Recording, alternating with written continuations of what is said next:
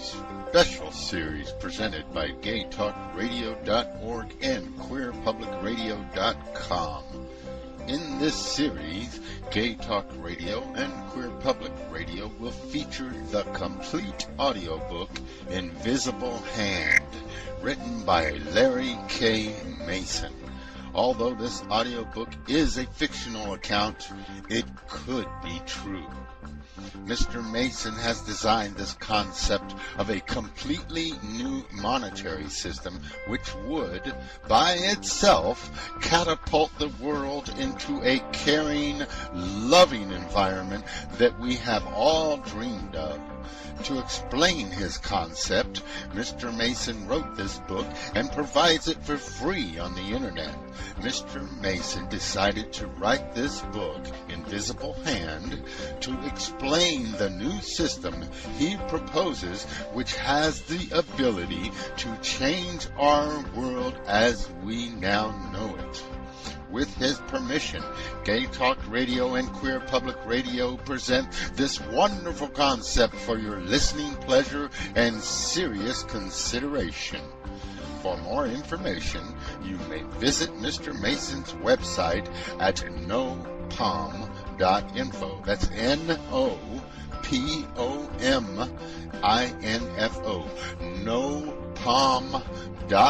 nopom.info. On with the show.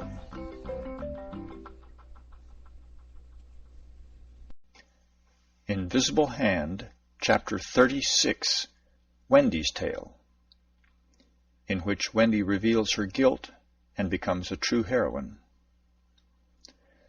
That night, as the group gathered, Neil felt like he was coming home. He looked with fondness upon each of the others. He could recall nice moments with each of the other five. He remembered Layden's smile when she first met him in the bus station. He recalled how D.W. took the time to explain to a stranger how the bus illusions worked. He recalled how Natalie had been kind enough to let him carry her bag when they arrived at the school. He felt more accepted than ever before in his life. When he arrived, Clayton and Wendy were discussing what had happened the night before. "I think everybody has things they're ashamed of in their past," Clayton was saying. "I know I do. You could tell that Neil was ashamed of having hit the bartender. I think the most important thing was that Oscar and Neil trusted us enough to let us know the dark side of their lives along with the things they could be proud of." Clayton patted the seat on the couch next to himself as an invitation to Neil to join him there. "I don't know, Clayton. I just think there are some things that are so terrible that no one could accept that person again if it were known what they had done." "But, Wendy, you're talking about things like mass murder, not the kind of things that ordinary people like you and I might do." The others were approaching as they spoke. "No, there are things I can't say." Wendy's face grimaced as if in pain, and her eyes started to tear. Wendy, Natalie said, looking almost horrified. "What are they doing to you? What have they said that's so bad?" "We didn't say anything," Neil said. "Actually, I was suggesting," Clayton said, "that since Oscar and you, Neil, had confessed guilty secrets, that to balance things out, each of the others of us should perhaps also confess to things we were ashamed of in our past. She seems to think that it would break up the group, that we couldn't like one another if we knew bad things about each other." "I've done lots of things I'm ashamed of, and most of them become public at one time or another, but I can't remember anyone ever rejecting me because of what I did," Layden said, hugging Wendy's shoulder from the other side. "Yeah," D.W. added, "I've never had trouble forgiving others for their screw-ups." "Besides," Clayton said with a grin, "now that we know Oscar is a preacher, he can give you absolution." "I can give whom absolution?" Oscar said, having just come in. "Anybody who confesses to the rest of us something they're ashamed of having done. The idea is that since we all know something bad about both you and Neil, we should each give our own confessions to balance things out," Clayton said. "I'm not sure that's such a good idea, Clayton," Oscar said. "It sounds too much like forcing someone to reveal things they don't want to. It sounds like ganging up on some poor soul who can't defend themselves. It could be quite cruel." "How do you feel about your confession last night, Oscar?" Layden asked. "Well, now I feel really good about it, but last night I was terrified. I was picturing being rejected by you all. I was afraid of being an outcast. I know how frightening that is. I wouldn't want to force that on anybody." Wendy looked at Neil and said, "How do you feel about your confession?" Neil smiled quietly and said, "I haven't felt this good about myself in years. Each and every one of you has told me that you accepted me. It's a tremendous relief." "Well, if it's all right with everybody, I'd like to take my turn whether anybody else chooses to do so or not."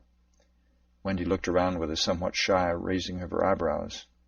She was hugged by the other women and smiled at by the men seated in front of her. "Okay," she said, taking a deep breath and moving to a chair that faced the others. "I'll try.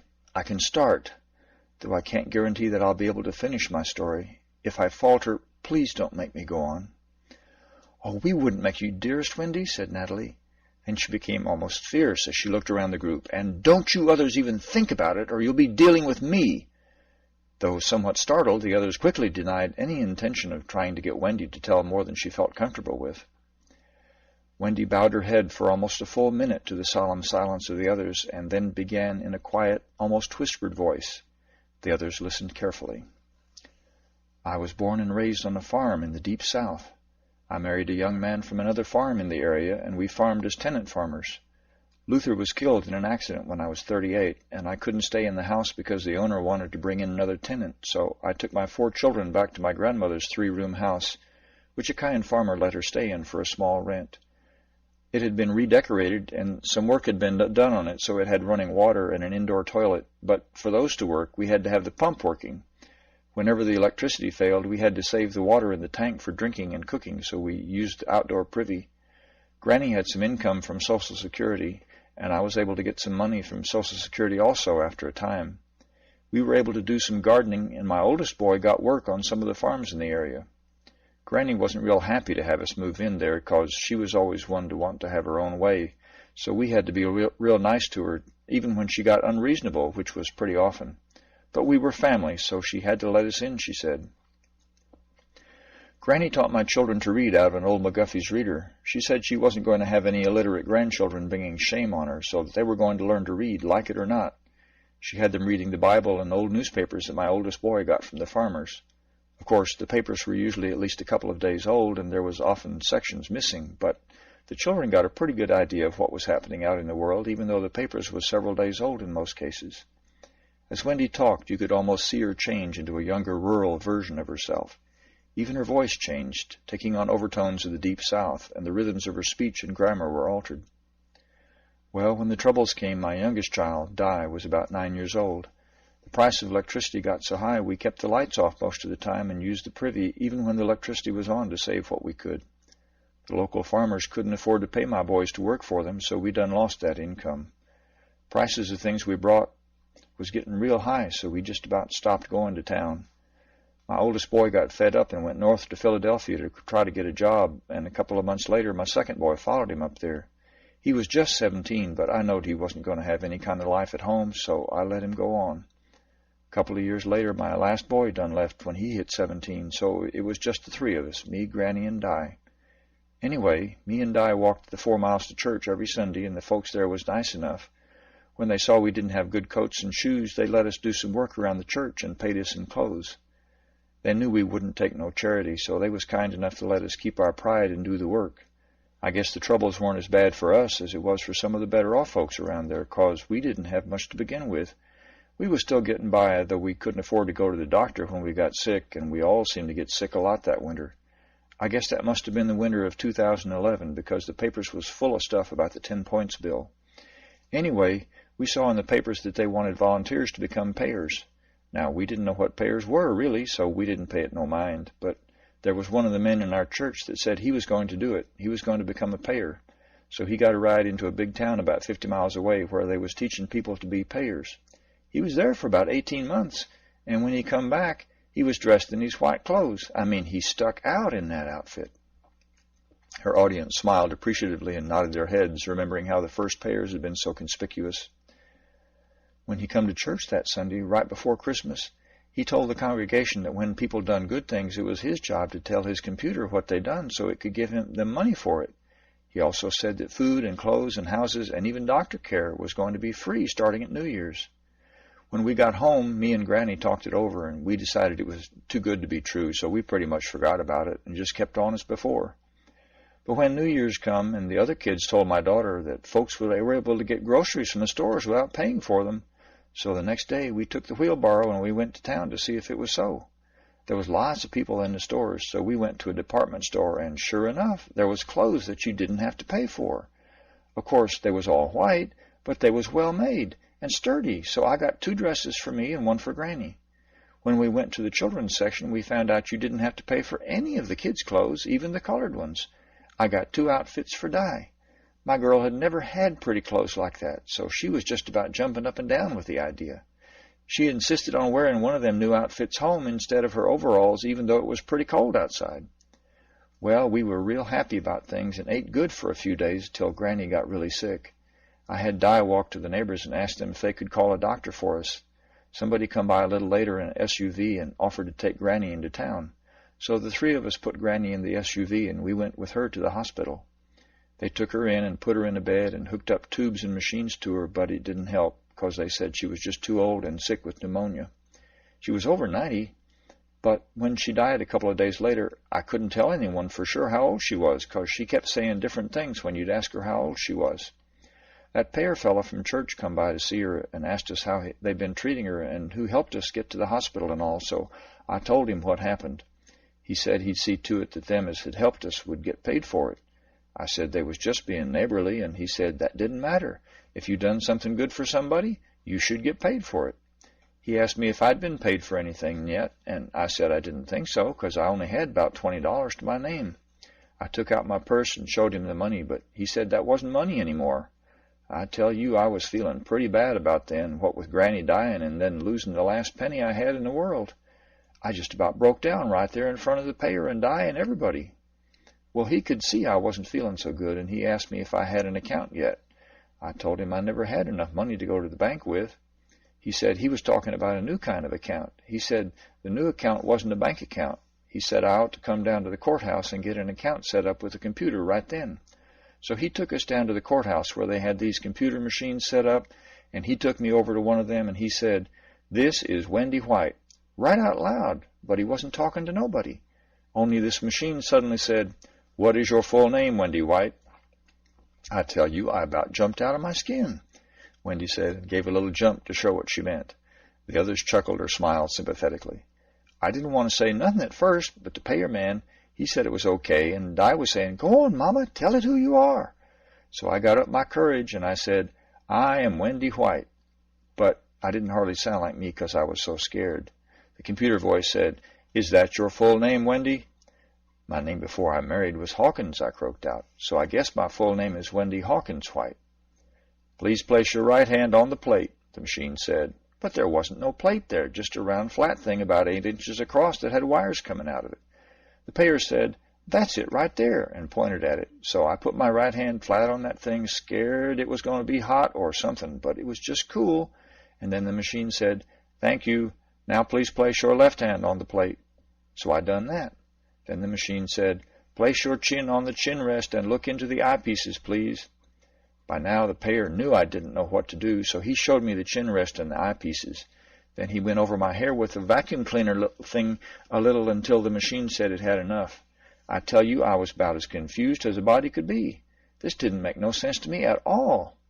There were grins all around, and Neil was nodding his head, remembering his first experience with the computer at the airport.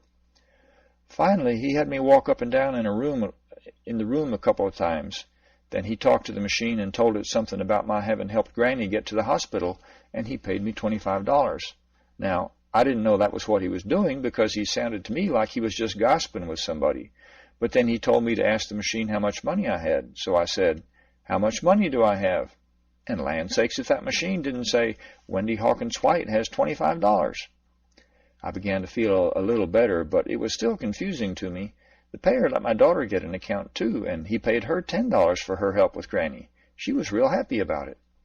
All the way home, Di chattered away about new clothes and having her own money to spend and such like, but I didn't really hear her. What with Granny dead, we didn't have any excuse to live in her old house any longer. It wasn't our land, and it wasn't our house. The man who owned that house could tell us to leave at any time. I mean, it was Granny he was beholden to. She was the one who had taken care of him when he was a child. It was Granny's husband who had worked his land and made profits for him for going on 40 years. We were just Granny's guests. Besides, without Granny needing me to take care of her, what was there holding me to that land and that house? Maybe I could find some better place to live. Maybe I could get me a job in town. My boys had all made out all right as far as I knew. There wasn't any crops in the ground this time of year in our garden, so what was there holding me? Nothing but my fears. So when we got home, or when we got back to the house, I should say, I told Di we was moving to town. She asked if we was going to Philadelphia. No, I says, just to town. The next Sunday I talked to the payers and some others about what jobs I could get in town and whether there was any place we could stay there. There was a rich lady in town named Miss Fisher who wanted somebody to do housework for her who she could boss around. They said nobody else wanted to work for her since she was so picky and would yell at a body for nothing at all. I allowed as how after living with Granny for 8 years, putting up with Miss Fisher should be easy. So next day, me and Di walked down to town and found the home of Miss Fisher. I went round to the back porch where I told Di to sit and wait for me, and I went up to the door and knocked and asked if Miss Fisher might like to hire me to do housework for her. Well, the man who answered the door, he asked me to come into the kitchen, so I went in. He asked my name, and I said, "Wendy is my name, sir." He showed me some real pretty glasses on the counter next to the sink and asked me to wash and dry them. They was some kind of fancy glass and real valuable, so you better believe I was real careful and washed them all and dried them all with a dish towel real careful and didn't leave no finger smudges at all. Then I washed some other dirty dishes I seen there on the counter and dried them too. By the time I done finished, he come back and looked at them glasses real close. You know, he held them up to the light just so. After he done look at them that way, he sees that them other dishes is clean too. He looks at me real sharp and says, "Did I ask you to clean these dishes, Wendy?" And I says, "No, sir, but they was dirty and needed cleaning." He give me a big smile and says, "Wendy, you have got yourself a job." And I says, "Thank you, sir, and could you tell me if there's a place around where my daughter and I might live?" Well, he sort of puckers up at that and asks me how old my daughter is. I tell him she's 12, going on 13, and that she's a good worker too. I tell him that she's sitting right outside if he wants to see her. So he goes to the back door, and there's my daughter sitting on the steps of the porch looking at a cat that was walking across the yard. Now, I done told her not to touch nothing and not to do nothing till I got back, since these rich folks might have her arrested if she touched any of their things. She was a good girl, my daughter, and she had sat right there for the better part of an hour, just looking round at the garden and the fancy cars in the driveway that you could see from the back porch. Well, that old cat, he comes walking over to her just as bold as you please, and he rubs his face on her leg, as cats do, you know, and she started to reach out her hand to pet him, and then she remembered what I done told her, and she snatched her hand back real quick-like and put it in her lap, and grabbed it with the other hand, and squeezed her legs together on both her hands. She was wearing her new dress from the store instead of her overalls, so we both thought she looked right pretty. I guess the man did too, 'cause he said, "I think I might know of a place. Wait here." So I stood right there with my fingers crossed on both hands, praying to God just as hard as I could, and I reckon he must have heard me on account of when that man came back. He had a beautiful lady with him. He told her, "This is the maid I think you're going to like. On the porch there is her daughter. Wendy tells me that her daughter is also a good worker. Her daughter is 12 and has been sitting there almost without moving for about an hour. She didn't even touch Snack when he came by asking to be petted. I think they'll both do very well for you." Miss Fisher, that was the beautiful lady, she said, "Let me see your teeth, girl." So I opened my mouth real wide so she could see my teeth. I had lost a couple, and I had several big cavities at that time, so I was pretty scared she was going to tell me she didn't want me. But she just told the man to take me and my girl to Dr. Green to see about my teeth. I hadn't never been to a dentist before, and I can tell you that I was right scared. He had that big chair and those instruments and all. Well, he put me in that chair, and he looked in my mouth, and he went and shook his head. I didn't know what he meant, but it didn't look good, whatever it was. He said it was going to take a while, and the man, he said he'd have somebody come and get me and my Di in a couple of hours. Di was out in the little sitting room looking at the magazines. That must have been heaven for her, 'cause she always did like to read, and we never had enough reading stuff to keep her happy. Anyway, that dentist and this woman that worked with him must have been busy on my mouth for over an hour, and they stuck me and drilled me and poked stuff into my teeth until I was about to die. I was all sweaty, just soaked through by the time they finished, even though it was nice and cool in there. Then they got Di in that chair and did the same thing to her, only her teeth weren't as old and worn as mine, so it didn't take as long. I was scared that doctor was going to ask for money I didn't have, but they never said nothing about money, so I guessed that the rich man who turned out to be Mr. Fisher, Mrs. Fisher's husband, I guessed that he had done paid for me. Well, I can tell you I was feeling right grateful to the Fishers about then for what they'd done for us, and I had only just cleaned some glasses for them. So when a young man come in to get us and take us back to the big house, I was regretful it wasn't Mr. Fisher, 'cause I wouldn't get a chance to thank him right away. The young man was a real nice-looking colored boy of about 30. He had this uniform on, and when Di asked him about it, he said that he was a chauffeur, and them clothes was for driving. Well, I ain't never seen any clothes just for driving a car before, so I figured this boy, his name was Andrew, but the Fishers called him Andy, I figured he was pretty important. Andrew told me that that's me and Di, we'd be living in a room just off the kitchen in the back of the house. He said that Ms. Fisher would give us clothes to wear while we was working. He said we'd also get 1 day a week when we didn't have to do no work at all after we give them breakfast. I figured that we'd just about found heaven. We had a bedroom with a soft bed and a real thick mattress. It had its own bathroom with a real bathtub and hot water, and the soap smelled wonderful. It had real perfume in it. Miss Fisher had some dresses for me to wear which were all the same, and they was mostly too loose for me, but she let me use her sewing stuff to fix them so they fit me good. The dresses was all too big for Di, but Miss Fisher said they'd have some for her too in a few days, and Di could wear the dresses she had until they got her new dresses. She had me measure Di so they could get the dresses the right size. Well, it was one of the happiest times in my life. They had machines that made washing and cleaning just as easy as could be. They had a woman who come in just to do the cooking. Me and Di was eating good, 'cause there was always plenty of leftovers, and we had clean clothes to wear every day. Miss Fisher insisted that we change clothes every day, whether the dresses was dirty or not. And she also said it was okay to take a bath every day, too, and use the hot water when we was washing. Sometimes me and Di would take 2 baths in 1 day, 'cause that soap smelled so pretty, and Ms. Fisher said they had plenty of soap, so use the soap every bath. And they did have lots of soap. I seen 20 or 30 bars of soap in this little closet they called a linen closet, where they kept the towels and such. I guess Mrs. Fisher really liked me and Di at first there, 'cause she even gave us a special perfume that you put under your arms to keep you smelling good all day. Those were good times.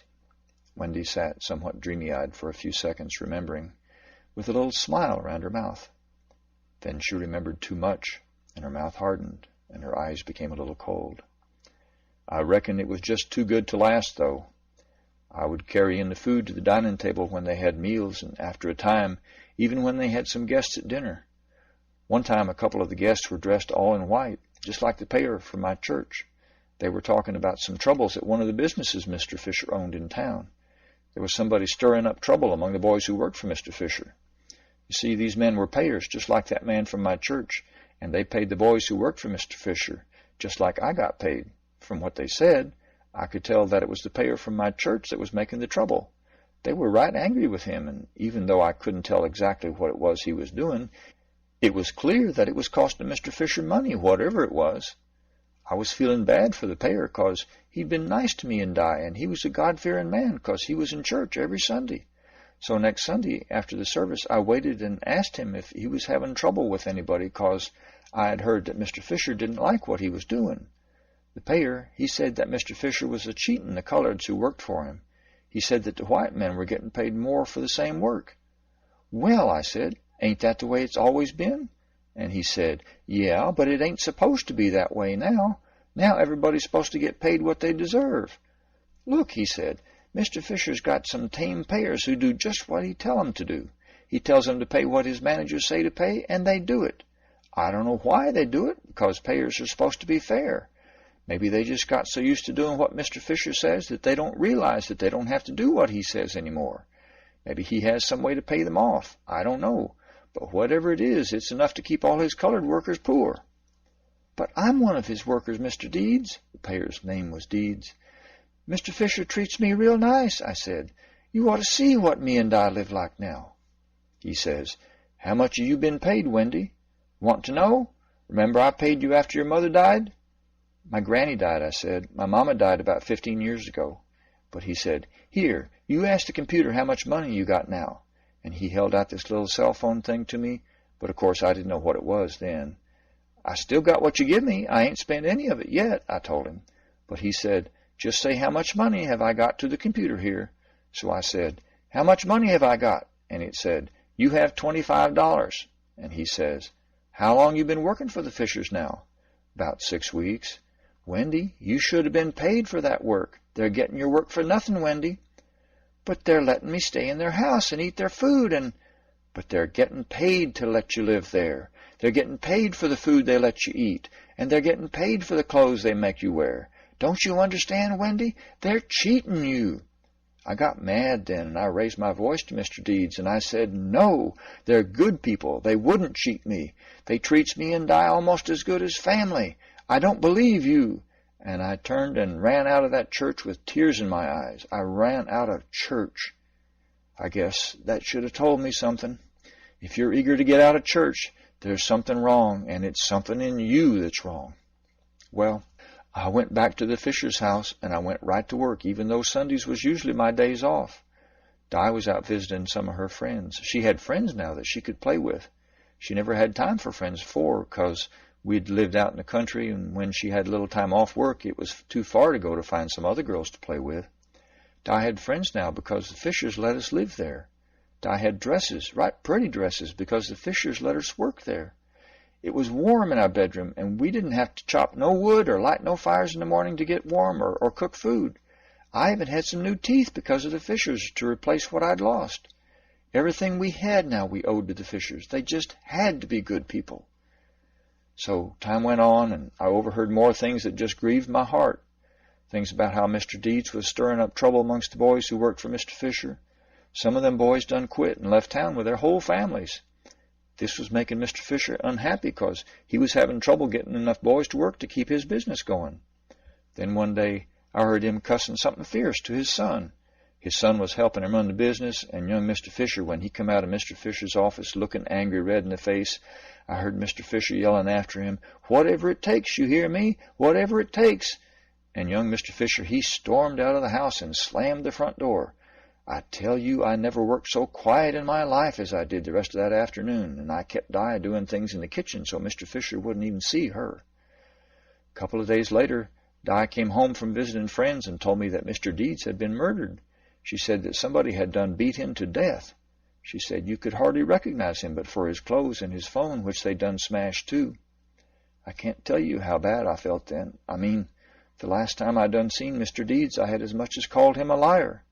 And after all the good things he had done for me, I just started to bawl then, and Di, she got all upset too. I guess it was from me bawling and all. Anyway, she tried to comfort me and asked me why I was so upset, and I told her about my last conversation with Mr. Deeds and what we'd said to each other, you know, so she'd understand why I was carrying on the way I was. I just couldn't stop crying. Well, Di, she got all quiet then. I could see her thinking, but of course then I didn't know what she was thinking. I thought she was just realizing why I felt so bad. She was pretty quiet for several days there. I thought she was mourning over Mr. Deeds the way I was, but it turned out she was thinking about other things. My Di, she loved to read, like I told you, and the Fishers, they had just lots of books and magazines in their house. They had several rooms with bookshelves just crammed with books. Well, one day I heard Mrs. Fisher screaming from another room, so of course I ran quick as I could to see what was the matter. It was Di. Miss Fisher had come in early from riding, still in her riding clothes and boots, and had caught Di reading one of their books. Di was standing in front of Mrs. Fisher with her head down, but it was obvious that she'd been sitting on the couch with the book in front of her on the coffee table.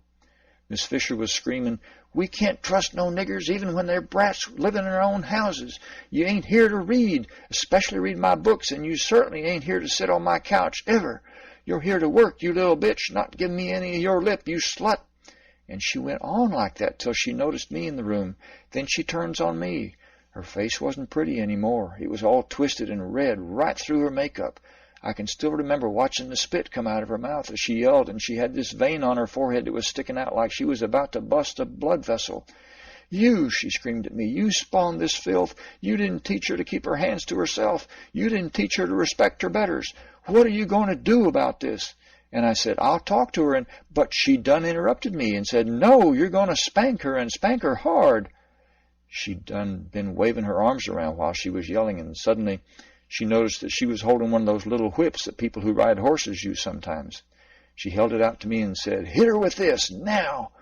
And Di's sweet little face looked up at her, and then at me with a look of horror on it. And I looked at Miss Fisher and I said, "But, ma'am." She grabbed Di and jerked her around to the same side of the coffee table as we were on and shoved the whip into my hand and said, "Hit her now, or you'll never get work again. I'll have you living in the streets, you slut. Now hit her." "I can't hit my daughter with that. Please, ma'am, please don't make me do it." "She'll starve. She'll be a whore with the pox. Everybody'll know that she's a slut if you don't hit her." Wendy was sobbing, her shoulders shaking, her face streaked with tears at the memory. "God forgive me, I hit her." I raised my arm, and I hit her over and over until Miss Fisher let me stop. By the time I finished, Di was on the floor screaming and pleading with me not to hit her. Miss Fisher told me to get her out of there, back to our room, and not let her out for a week. I picked her up as best I could and half carried her back to our room with both of us crying. I must have held her for an hour and kissed her face and smoothed her hair and begged her to forgive me. I pleaded with her to forgive me because I knowed I'd done wrong. I knew Jesus himself could never forgive such a sin as I'd done. I know I can't forgive myself. The others in the room were also in tears at the stark tragedy of it. Wendy had her hands over her face, her body shaking, her voice choked. "You see, it was that job I wanted. Miss Fisher was my boss, and she told me to hit my daughter. I didn't hit Di for Di's sake. Hitting Di wouldn't make her a better person. It wouldn't teach her a lesson. All it would do would be to let me keep my job and my nice room and my pretty clothes and the good food. It was all for me that I hit her. It was my selfish, evil self that I hit her for. It was my greed made me do it. While I was trying to comfort her, I realized why I had done it. I hated myself for it. I didn't deserve all the nice things I had now. I felt so bad I had to go to the toilet and vomit. If I could have died right then, I would have felt I deserved the hell I was destined for. When I got back in the bedroom, I could see Di looking at me with those big, teary brown eyes, and I knew she could never trust me again. I'd thrown away her trust. I'd beaten the love right out of my baby girl. How could she feel anything but hate and fear for me after what I'd done to her? I promised her that I'd never hit her again, never, as long as I lived. But I could see she didn't believe me. By then, the box of facial tissues for blotting eyes was making its circuit around the room, and almost everyone was taking at least one tissue. Wendy also blotted her eyes and wiped her cheeks and said, "I guess it's a good thing payers don't wear eye makeup," and the others laughed quietly. Wendy tried to laugh too, but the lump in her throat was too big for that. Having gotten some of her composure back, Wendy took a deep breath and continued. "A couple of weeks later, I heard them talking about Mr. Deeds again. One of the newspapers in the big city about 50 miles away said that the police knew who had killed Mr. Deeds because they had recorded the voices of the killers while they were beating him. The computer had recorded everything up until they smashed the phone, but that was enough to identify them. It was 3 men, and they were employees of Mr. Fisher. When they come to trial, the experts from the big city told how they could identify people using voices just as good as fingerprints. They played the recordings of the sounds made during the murder, and you could hear the voices of the 3 men quite clear. But the jury said they were not guilty. There were 8 white men and 4 white women on that jury, and 6 of them were employees of Mr. Fisher. The prosecutor and the defense attorney were both friends of Mr. Fisher. After the trial, Mr. Fisher had a party for the 3 men, and all the most important people in town were there. They were laughing about how they had killed Mr. Deeds, and I had to serve them. By then, even I knew that the Fishers were not the good people I had thought they were. Even I knew they were cheating me. No matter how nice it was to live in their house and eat their leftovers, it wasn't worth it to me anymore. But I didn't know what to do. Di was very quiet. She wouldn't look at me hardly. I'd ask her what she wanted to do, and she'd say, "I don't know," and shrug her shoulders. But she never smiled. She wouldn't go to play with her friends. One day I finally got her to talk to me some. She confessed that she'd been reading a history book. It told about how the slaves had been treated. She said she believed what Mr. Deeds had said about the Fishers cheating us. She said the Fishers were treating us like slaves, even to having her whipped. I can tell you that made me feel lots worse, but she kept on. She said that the Fishers got us to the dentist so we'd look better and our breath would smell better. She said the Fishers gave us those nice clothes and let us take baths with soap so much so we'd look nice and smell nice so we wouldn't shame the Fishers when their friends came to visit. She said all those things the Fishers did were for them, not for us. But she said all those things angry, and I figured she was angry at me. That was all I could hear in what she said, angry at me. The black folks in town took the news of the trial hard. They didn't like it that one of their friends could be murdered and the killers got off, even though everyone knew who had done it. Anyway, they stopped going to work. All over town, the jobs they usually did weren't getting done. Mr. Fisher told the food stores to not let them have any food, and the clothes stores to not let them have clothes. But then the trucks of food and clothes came into town from the city and went up and down the streets where the blacks lived and handed out food and clothes to those who asked. They also brought payers with them. They were mostly all black players, but they went all over town. They looked at the places where the black folks lived and where the white folks lived. They went to the businesses where the black folks worked, even though they wouldn't let them in. One payer even came to the Fisher's house, but I had to turn her away. Mrs. Fisher told me to have her get off her property, and she, the payer, went just as quiet as a lamb, just like nothing was happening. But she had her phone out, and I knew it could hear me talking to her. Well, time went by, and there come a day when there were lots of folks come to see Mr. Fisher. And they was right mad. It seems they wasn't getting paid near as much as before. In fact, lots of them wasn't getting paid at all. Mr. Fisher had his tame payers there, and they kept saying that they couldn't pay anymore. They said that the payer organization had had their own trial and had determined that the payers, Mr. Fisher's payers that is, had been cheating, that they should have been paying the black folks just as much as the white folks for the same work. They also found out that the stores had been selling things to blacks as luxuries that were supposed to be free, and had been giving things to whites, well, some whites anyway, that were supposed to be paid for. It worked like this. A black man would buy something, like, say, a TV, and the store would give him a standard version of it and tell the computer that they'd given the luxury version. So the store would keep the luxury TV and give it to some white person, usually a friend of the store owner. The payers who should have been keeping track of such things would just wink at it because they were white and the folks being cheated were black. Anyway, since those payers had cheated, they weren't allowed to pay anymore. They couldn't pay anybody for anything. And, of course, they already didn't have accounts to have money in anyway, so they couldn't go back to having money. Mr. Fisher, he gave them some of the old money, currency, and he told the folks to use that in town to buy things, and that the store owner should take that money to pay for the things they bought. And that way, he said, everything would be all right. But the stores in town couldn't get anybody from outside town to send them goods, so they began to be pretty empty of stuff. Most of the farmers around town didn't have any produce because it was early spring and there weren't hardly any crops to harvest yet. So the white folks' grocery stores began to run out of food. Pretty soon the white folks were demanding that the stores give food and clothes to the black folks again, so the white folks could get stuff from other places. So first one store and then another began to let us shop there again, and before you know it, every store in town except those owned by Mr. Fisher had lots of customers again, and the folks that run them stores was getting paid again. Mr. Fisher's employees began to quit, even the white ones, because they wasn't getting paid much anymore. One day, after this had been going on for about 2 weeks, Di was serving breakfast to Mr. Fisher, and Snack went between her legs, and she dropped a jar of jelly. Now, the jar was plastic, so it didn't break, but a great gob of jelly shot out and got on Mr. Fisher's shoe. He started to yell and cuss Di. I came in from the kitchen and heard what he was saying to Di, and I lost my temper. "You don't speak to a lady like that, Mr. Fisher," I said. "You can talk to your wife that way, and you can talk to your mistress that way, but you can't talk to a lady that way, and my daughter is a lady, and you can clean up your own mess." And I took Di by the hand and turned, and we marched back through the kitchen to our room, and I told Di to put on the dress she come in, and I did the same. Mr. Fisher was yelling and cussing and carrying on something fierce in the kitchen, but I'd locked the door to our room. Before he could bust it down, Di and I were ready to go, 'cause we were leaving with just what we come in, which was the clothes on our backs. I opened the door and said, "Out of the way, Fisher," and brushed right by him, keeping between him and Di. We went straight through the house to the front door and out onto the big porch with its columns. We went down the middle of the sidewalk with the pretty flowers on both sides to the drive, and down the drive to the street.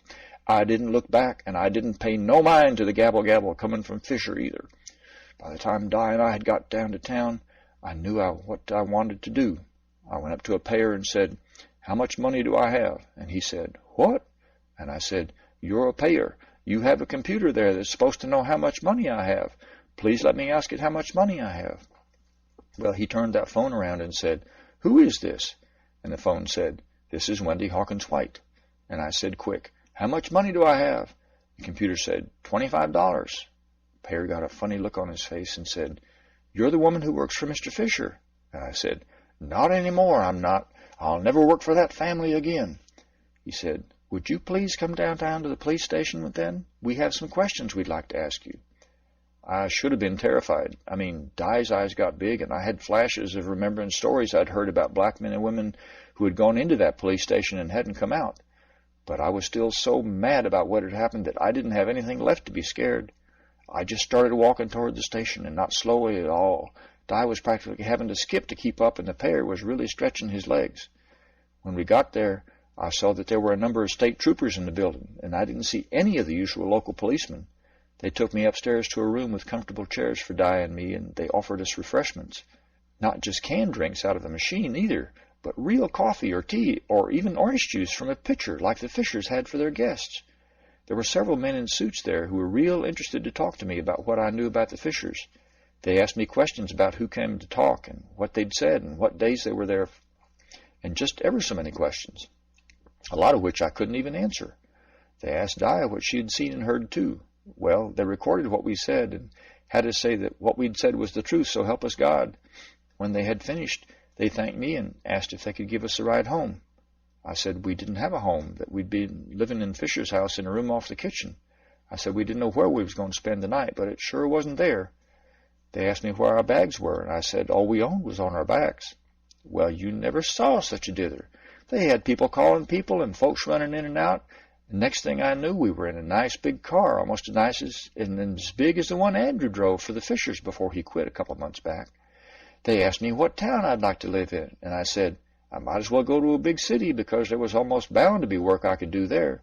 So we went to the city. The apartment there was even nicer than the bedroom of the Fishers. I worked in a restaurant for a while, and after a couple of years I managed the restaurant. Then I spent some time teaching other people how to run restaurants. Di went to school, then college, and now she works in West Texas developing drought-resistant plants. I don't want to be too far away from her, and I don't want to be too close to her either, so I just sort of live on the edge. I'm close enough that she can get over to see me when she wants to, and far enough away that I can't just drop in on her. It's far enough that she doesn't need an excuse for not coming to see me, but not so far that she can't get here to see me if she really wants to. Di has children now. I failed her, but I don't mean to fail those grandchildren. I'm going to look out for them the best way I know how, and that's by being a payer. I'm going to be the fairest payer I can be. There won't be anybody who can say I cheated them, and there won't be any cheating by any other payer if I can prevent it. The payers were the ones who brought something like justice to my little town. Mr. Fisher is still in jail as far as I know, along with his son. Di and I even got paid for the work I did for the Fishers. Those 3 men that murdered Mr. Deeds, they left the country. Once word spread of what they had done, nobody wanted to risk working with them. It wasn't that there wasn't any other bigots out there. It was that people who acted like bigots had trouble making money. They just didn't tend to produce much net benefit. So I'm going to be a payer, because that's the best way I know of to protect my grandchildren, so they won't have to live a life like mine. They won't have to do what anybody else says just to get money. They won't have to beat their daughter to keep a job. Wendy settled back into her chair with a little of the grim determination she had shown in leaving the Fishers still showing around her mouth, and a little of the sadness of her guilt still around her eyes. Invisible Hand, Chapter 37, A Real Payer Talks, in which a veteran payer tells it like it is. The little old lady in whites, her back straight, her wispy white hair caught up in a bun on the back of her neck, walked with serene confidence to the table at the front of the classroom. The students eyed her curiously. She was the first instructor they had seen who was a payer. Of course, this was their first class in how to pay, so it shouldn't have been surprising. She smiled and asked without preamble, "What are your limits as a payer?" pronouncing her words with precision. "No luxuries," several of the class quickly responded. "You can't keep anyone else out of the club," Neil said. The teacher's head turned quickly toward Neil. "You've been thinking. I like that." Then, turning to the rest of the class, she continued, "What else?" "The laws of physics," another said. "Limits as a payer, not limits as a human being. Pay attention to the questions." There was silence for a time as she looked at them impassively. "That's right. There are almost no limits on payers as payers. Can you pay anyone you like?" "Only if they're not a payer themselves," from the same student who had mentioned the laws of physics. "You have guts. I like that. You're also right. I like that even better. Yes, you can pay anyone who is not a payer already. Have any of you been paid since you came here?" "They told me that we wouldn't be paid for whatever we do here, even if it benefits someone," Neil said. "That's true. Is that a limitation on payers? Are we not allowed to pay you? If I'd tried to pay you now, could I succeed? No one seemed to know. The instructor gestured to someone outside the classroom who wheeled in a TV on a cart. The set must have been at least 3 feet wide. The young man positioned the set on the table facing the class and turned it on. The instructor walked around to the front of the set. Kermit, do you know the folks in this class? A green hand puppet in the shape of a frog appeared on the TV and seemed to look around the room. Yes, ma'am. What's her name? That is Natalie Holmes Carraway. The Kermit seemed to say, sounding like Kermit the Frog as well. Natalie, is it all right for us to show your account total to the members of this class? Yes, ma'am. Kermit, show Natalie's account total. Natalie, is that the correct amount? Yes, ma'am, it is, responded the somewhat embarrassed Natalie. Credit Natalie's account with $1 for serving as my example to this class to demonstrate the powers of a payer. Yes, ma'am. Natalie, would you ask to have Kermit show your account balance? Yes, ma'am. Kermit, what is my account total? The amount showed on the screen was $1 greater than before. Natalie, did I just pay you? Yes, ma'am, it certainly appears that you did. It appears to be possible for a payer to pay you students. So, why are you not being paid while you're here at the school? Because no payer chooses to pay us while we are here? Neil ventured. That's correct. We could pay you, but we choose to not pay you. What's our motivation for not paying you? You want us to know what it's like to be payers, and payers don't get paid no matter what they do? Right, Neil. But doesn't that show that the payers also have the power to not pay, even when someone deserves to be paid? There were murmurs of agreement from around the room. How did you know my name? Neil asked. Kermit could talk to my hearing aid, of course. Why isn't there a law to force the payers to pay people when they deserve to be paid? Because such a law could not be enforced. We just covered that point in a history class, Neil said. When did such a consideration ever stop a legislature from passing a law? Could the Prohibition Amendment be enforced back in the 1920s? No. Could the war on drugs prevent organized crime from flooding the nation with illegal drugs? No.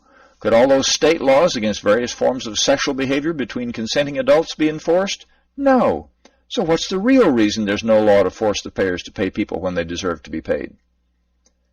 I would say it was pointless and unnecessary, but there have been all sorts of pointless and unnecessary laws passed over the centuries, Layton said.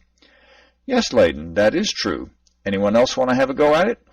Because the payers pay the legislature and Congress, and such a law would have bad consequences. All right, Natalie, the instructor said, clapping her hands.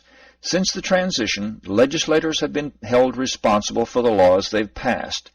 It's had a marvelous effect on the amount of laws passed and on their content. What would some of the bad consequences of such a law be? The legislatures would think they could control the payers and would pass laws to try to control them, Oscar said. The payers would be thinking about the law instead of how much they should pay, said D.W. It's impossible to pay for everything that deserves to be paid, since there are so many people doing so many things, so it would be a law that couldn't be obeyed.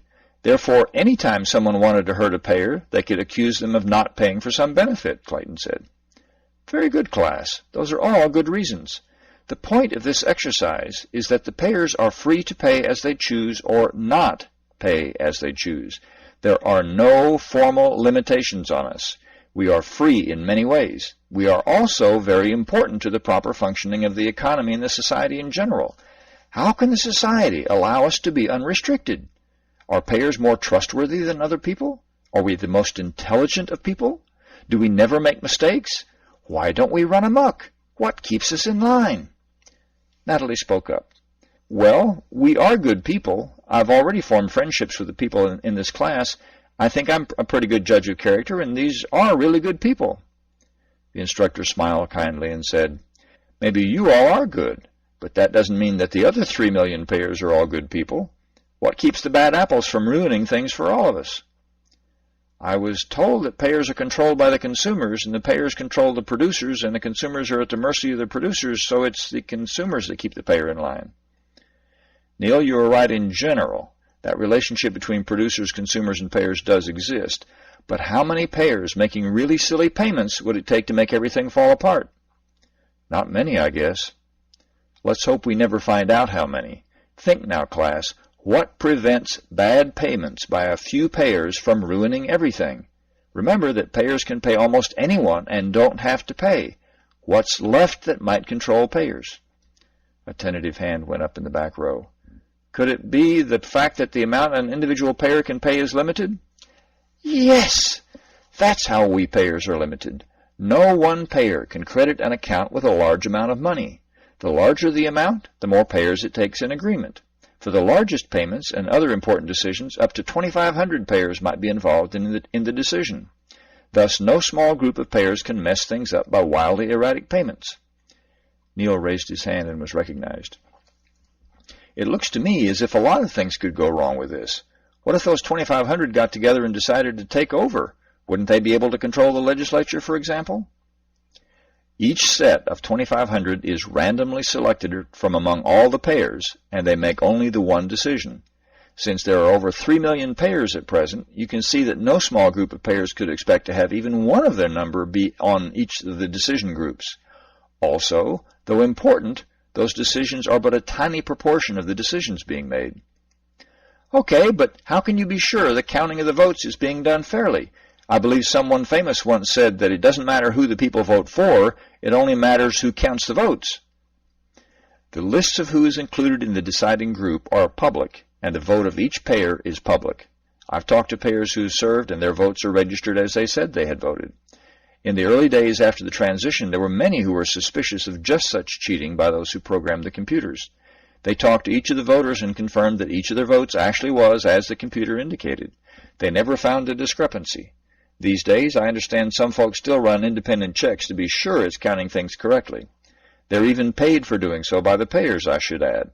It is very important to us that the people trust us, as a group, of course. I'm sure there are individual payers who are dishonest. We are only human, she smiled somewhat grimly. Ah, Neil said, but the payers make so many decisions, some of them must be wrong. Even you must have paid unfairly from time to time. Oh, yes, I've made my share of bad decisions. Those payments that were too low, we were able to go back later and correct. It's not what we would like, but, as they say, better late than never. Those times that I overpaid, well, all one can do is shrug and try to avoid such an error in the future. What happens to the person who got overpaid? Neil asked. Nothing, unless, of course, there was fraud of some sort. Then they might be prosecuted as thieves, she replied. And what happens to the money? Sometimes the court will put a freeze on their accounts for a time unless they refuse to come to court or something like that. The money is theirs. They can spend it as they like. You mean they get to keep the money? Once the money is in their accounts, it's their property, period. They are the only people who can have that money deleted from their accounts. Of course, such fraud would be added to their reputation. Everyone who might do business with them would find out about their actions. They'd have real trouble finding people who would cooperate with them. Also, there's a tendency on the part of those who provide standard goods and services to refuse to give their goods to such people. Persons convicted of fraud sometimes find themselves in the position of having to pay for luxury food whether they want to or not. Even then, some who sell luxuries won't sell it to them. Life can be terribly hard for such people. Many leave the country permanently to escape such treatment. So in the long run, the problem tends to take care of itself without our having to even use jails. Class, let's get back to our theme of the constraints on payers. We've established that payers can pay anyone they like and refuse to pay anyone they like. We've shown why the law doesn't even attempt to place limits on the payers. We've also shown that a small group of payers can't run amok with their payments. The point of all this is to show you that as payers, you must restrain yourselves. You are not controlled by others. There is no law and no organization that you can blame for your actions. The payers collectively must take responsibility for the payments that they make. There are no excuses. Neil's hand went up again. What about if someone is holding a gun on the payer and demanding to have money placed in his account? Would the payer be held responsible for doing what he was told? Well, to begin with, the payer would be physically unable to make a very large payment, so the possible rewards to the gunman would be low. Secondly, the gunman identifies himself by accepting the payment. Third, the computer would be able to hear the payer's voice and detect the stress that would certainly be involved. If it were a scent station, it could also detect the stress in the body's secretions. The computer would contact the police and would probably fake the acceptance of the payment for later confirmation. I don't know of any case in which such a thief was successful. Now, in case you think that the thief could threaten the payer's family or some such ransom scenario, the stress would still be there. Satisfied, Neil? On this point, yes, ma'am. As I was saying, there are no excuses for the payers. If the producers are not doing what they should, if things are going wrong, if people don't like what's happening, the payers are to blame, and they are handy. We cannot escape the wrath or disappointment of the public. Neil's hand went up again. I thought you said the payers were not controlled by others. Now you're saying that the payers can't escape the consequences of the way they pay. That sounds like control to me. If you're a trader in a free market, does the market control you? Does it tell you what products to bring to market and how you must talk to those you trade with? No, it wouldn't be a free market in that situation. But if you demand a price for your goods that's twice what others will accept for similar goods, will you be able to sell your goods? No. Then you cannot escape the response of the other traders in the market. You suffer the consequences of your actions. The payers are the same way. If they make foolish decisions, they'll suffer the consequences of those decisions. They cannot escape those consequences. Just as the free market controls those who participate in it, so does the public, in the same sense, control how the payers pay. They don't tell the payers what to do, but they do react to the consequences of the payers' payments, just as the market responds to the actions of the traders, so the public responds to the actions of the payers. The payers are free. They are not controlled. But to get what they want from the public, the respect, the admiration, the trust, even the power, payers must pay in certain ways. They don't have to do anything unless they want the rewards, but then none of you would be here giving up luxuries unless you wanted those rewards. So what constrains the payers? What makes us pay as well as we can? What makes us try very hard to pay fairly? Well, it isn't rules. It isn't threats of punishment. It's our situation. To get what we want, others must get what they want. In short, it's that we are part of a free market, and the market, without coercion, without threats, without restricting our freedom, controls the results of our actions far more surely than any law or enforcement agency. The reason we hold these classes is to help you understand your situation as well as possible, so that you can get what you want from being a payer, and so that we payers can get what we want from you. We don't have to try to force you to do anything so long as you do understand. That's why we encourage you to discuss and debate things in your spare time. That time is a major part of your education. You must know how your fellow payers feel about things and how they're likely to react to what you do. We're all going to be in this thing together, and we don't want anybody drilling holes in the bottom of the boat to let the water out. So that's why you will want to pay close attention to what I'm going to try to explain to you. If you don't understand something, you'll ask about it. If you're too scared to ask me, you'll ask your new friends. You'll discuss things, and you'll come to understand. None of this is all that complicated. It's just a different point of view. You'll be able to learn it. First, you must understand that you are not paying for what people have done. You are paying for what they will do. Can anyone tell me in what sense that's true? Then I'll ask in what sense it's false. Yes, DW. Our power comes not from the payments we've made, but from what people expect us to pay in the future. If they don't expect us to pay for a certain thing, they won't be motivated to do that thing. What's the basis of their expectations? The payments we've made in the past. So, in what sense does our power not come from the payments we've made in the past? The public's perception of those payments and the actual payments may be different. It's the perception that determines the expectations, not the reality. Right, DW. This is why we make the reasons for each payment public. If John Doe is paid $1,000, we want people to know what we thought deserved a $1,000 payment. Of course, most payments aren't examined by the public since they aren't really very interested in any payments other than their own. But if they want to search the database to see how payments are being made for some particular kind of production, they can do so. Neil once again raised his hand. Isn't that an invasion of privacy? Do the consequences of your action affect other people than yourself? The instructor asked. I guess so. Would you have been paid if they had not? Oh, no, I would not. So my actions must have affected others, or at least appeared to have done so. Good. Now, if it affects other people, it's already public. Private things don't affect others. If you burn your own property, that's a private thing. But if the burning embers and smoke go onto someone else's property, your action is now public. The same kind of thing holds true for the things you do that benefit others. Like it or not, those actions are public. If you do something to benefit someone else and the two of you choose to keep it a secret from the rest of us, that's just fine. We have no problem with that. But if you do something and expect to get paid for it, know that your action must be public before you can be paid. Therefore, making your actions available to the public to validate you're getting paid is not an invasion of your privacy. To take an extreme example, consider the palm colonies in this very state. They rejected and ejected all the payers who attempted to pay in their community at the transition and since then. That's their choice. We don't have them in the accounts computer. They've chosen to cut themselves off from the rest of us, and since they're on their own property and don't bother us, we see no reason to try to make their actions public. To repeat, you are not paying for what people have done. You are paying for what they will do. We have seen in what sense this is true. Now, tell me in what sense this is not true. No, DW, give someone else a chance. All right, Layden, go ahead. We must base our payments on the consequences of people's actions. Since the pay is for the consequences of past actions, we are paying for what they have done.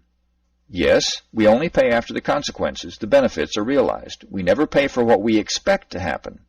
Therefore, we are paying for what people have done in that sense. You will note that these two ways of viewing the statement are both true. In paying for the past, we are influencing the future. If people don't like what's happening, the only thing we can do to change things is pay on the basis of what has happened in the past. We control the future by remembering the past. We control the actions in the present by helping people interpret what happened in the past. Next, I would point out to you that you are not alone. There are currently over 3 million payers active in the U.S. Your payments will be but a small part of the huge number of payments that will be made while you're active. This is both comforting and depressing. Comforting in that you cannot, by your individual actions, bring down the economy any more than your individual decisions as consumers before the transition could have destroyed the economy. But it's depressing in that you cannot, by your own payments, have a great influence on the economy. The payers as a category of people hold a great amount of power, but they cannot exercise that power individually. This is why you must concern yourselves with other payers as well as with yourselves. Some people will respect you because you wear whites, but other people will be angry with you because you wear whites. You will be held responsible for their actions, and you will get credit for their actions, and you will be blamed for their actions. Because we are labeled and dress alike, we are easily stereotyped. If you allow other payers to be slipshod, if you allow other payers to be corrupt, if you allow other payers to consume luxuries and remain payers, you attack your own reputation. The reputation of every payer will be your reputation. People will not look up your reputation on the net, even though they could. They will know all they need to know from looking at your clothes. You must keep your fellow payers on the straight and narrow. You must be their conscience. You must be a sterling example to them. And you must expect them to keep you on the straight and narrow. You must expect them to be your conscience. You must expect to be watched and judged and evaluated by your fellow payers, perhaps even more closely than they watch and judge and evaluate producers. If you can't take being watched and nagged and having demands made upon you, then you have no business being payers. You will have to be just as tolerant and strive just as hard as you ever did in your previous walk in life. Enough sermon. I can tell you about it, but I can't make you feel it.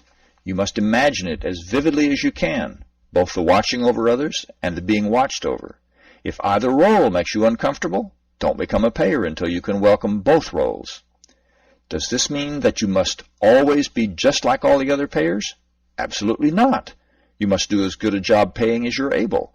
You must be right even though it seems that everyone around you is wrong. Never make a payment unless you are convinced it is the right one. We may be judged as a group, but every person you pay is an individual.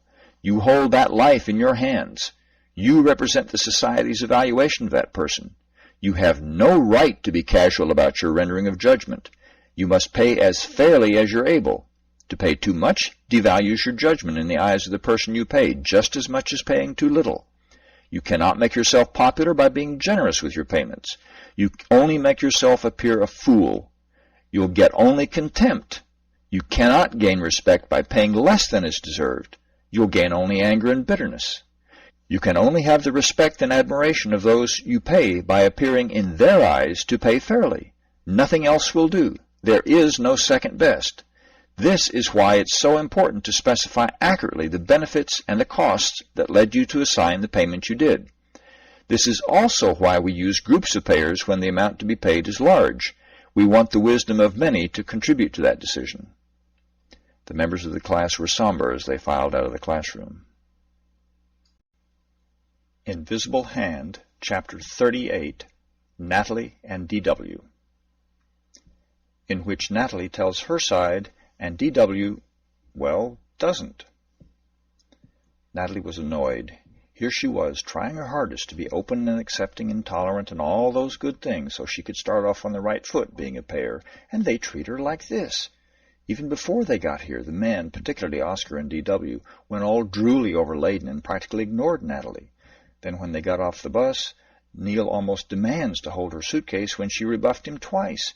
Couldn't he tell she didn't want anybody touching her things? I mean, there she was, wearing her white gloves and sitting in a seat all by herself. Wasn't it obvious she didn't like being touched? Anyway, now they were talking like they wanted everybody to confess their sins. They even bullied Wendy, poor thing.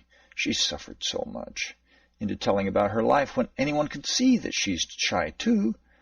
And there were only 4 left who hadn't told their stories. Maybe I can make up something that'll put them off, Natalie thought. No, they'd catch me in some inconsistency or other and might even throw me out of the group altogether. But what can I tell them about? I can't talk about what I did in business. That's old, pre-transition stuff anyway. It isn't really relevant, so I cut some corners. Everybody did it then. It's not like I was some big criminal or something. I bet D.W. cut a few corners in his day, too. Oscar certainly did. Neil even hit somebody for practically no reason at all. Oh, there's Neil, and he's coming this way. He's beginning to show signs of being sweet on me. Do I want him to? I mean, it's flattering and all that, but he'll want to touch me. Maybe I should just go back to town and stay with one of the girls. Their children are old enough now that I won't have to change diapers or anything. Susie has a large enough house. She'd even save money on her rent. Hello, Natalie. You're early. I figured I'd be the first one here. Hello, Neil. I wasn't feeling very hungry, so I just had a salad at supper. You know, I really liked the way you stood up for Wendy last night. I'm sure she wouldn't have had the courage to go on without your support. Oh, great, Natalie thought. Now he's going to blame me for forcing Natalie to spill her guts. Come now, Wendy has all the courage in the world. Look at what she's done. She had nothing and made herself successful. Well, I thought you were magnificent. He is getting sweet on me. Now what do I do? There's Layden. Maybe she can distract his attention. Hi, Layden. Won't you join us? Sit here by me.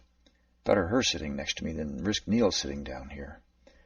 Hi, Natalie. Neil, do you think we're going to go on with this confession thing? I'm not sure I want to myself. Layden, I don't think you'd have anything to worry about either way, Neil said gallantly. I certainly don't think any of us are under any obligation to say anything at all about our pasts. Those of us who told our stories got more out of telling them than any of the rest of you got out of hearing them. I know I feel much better now.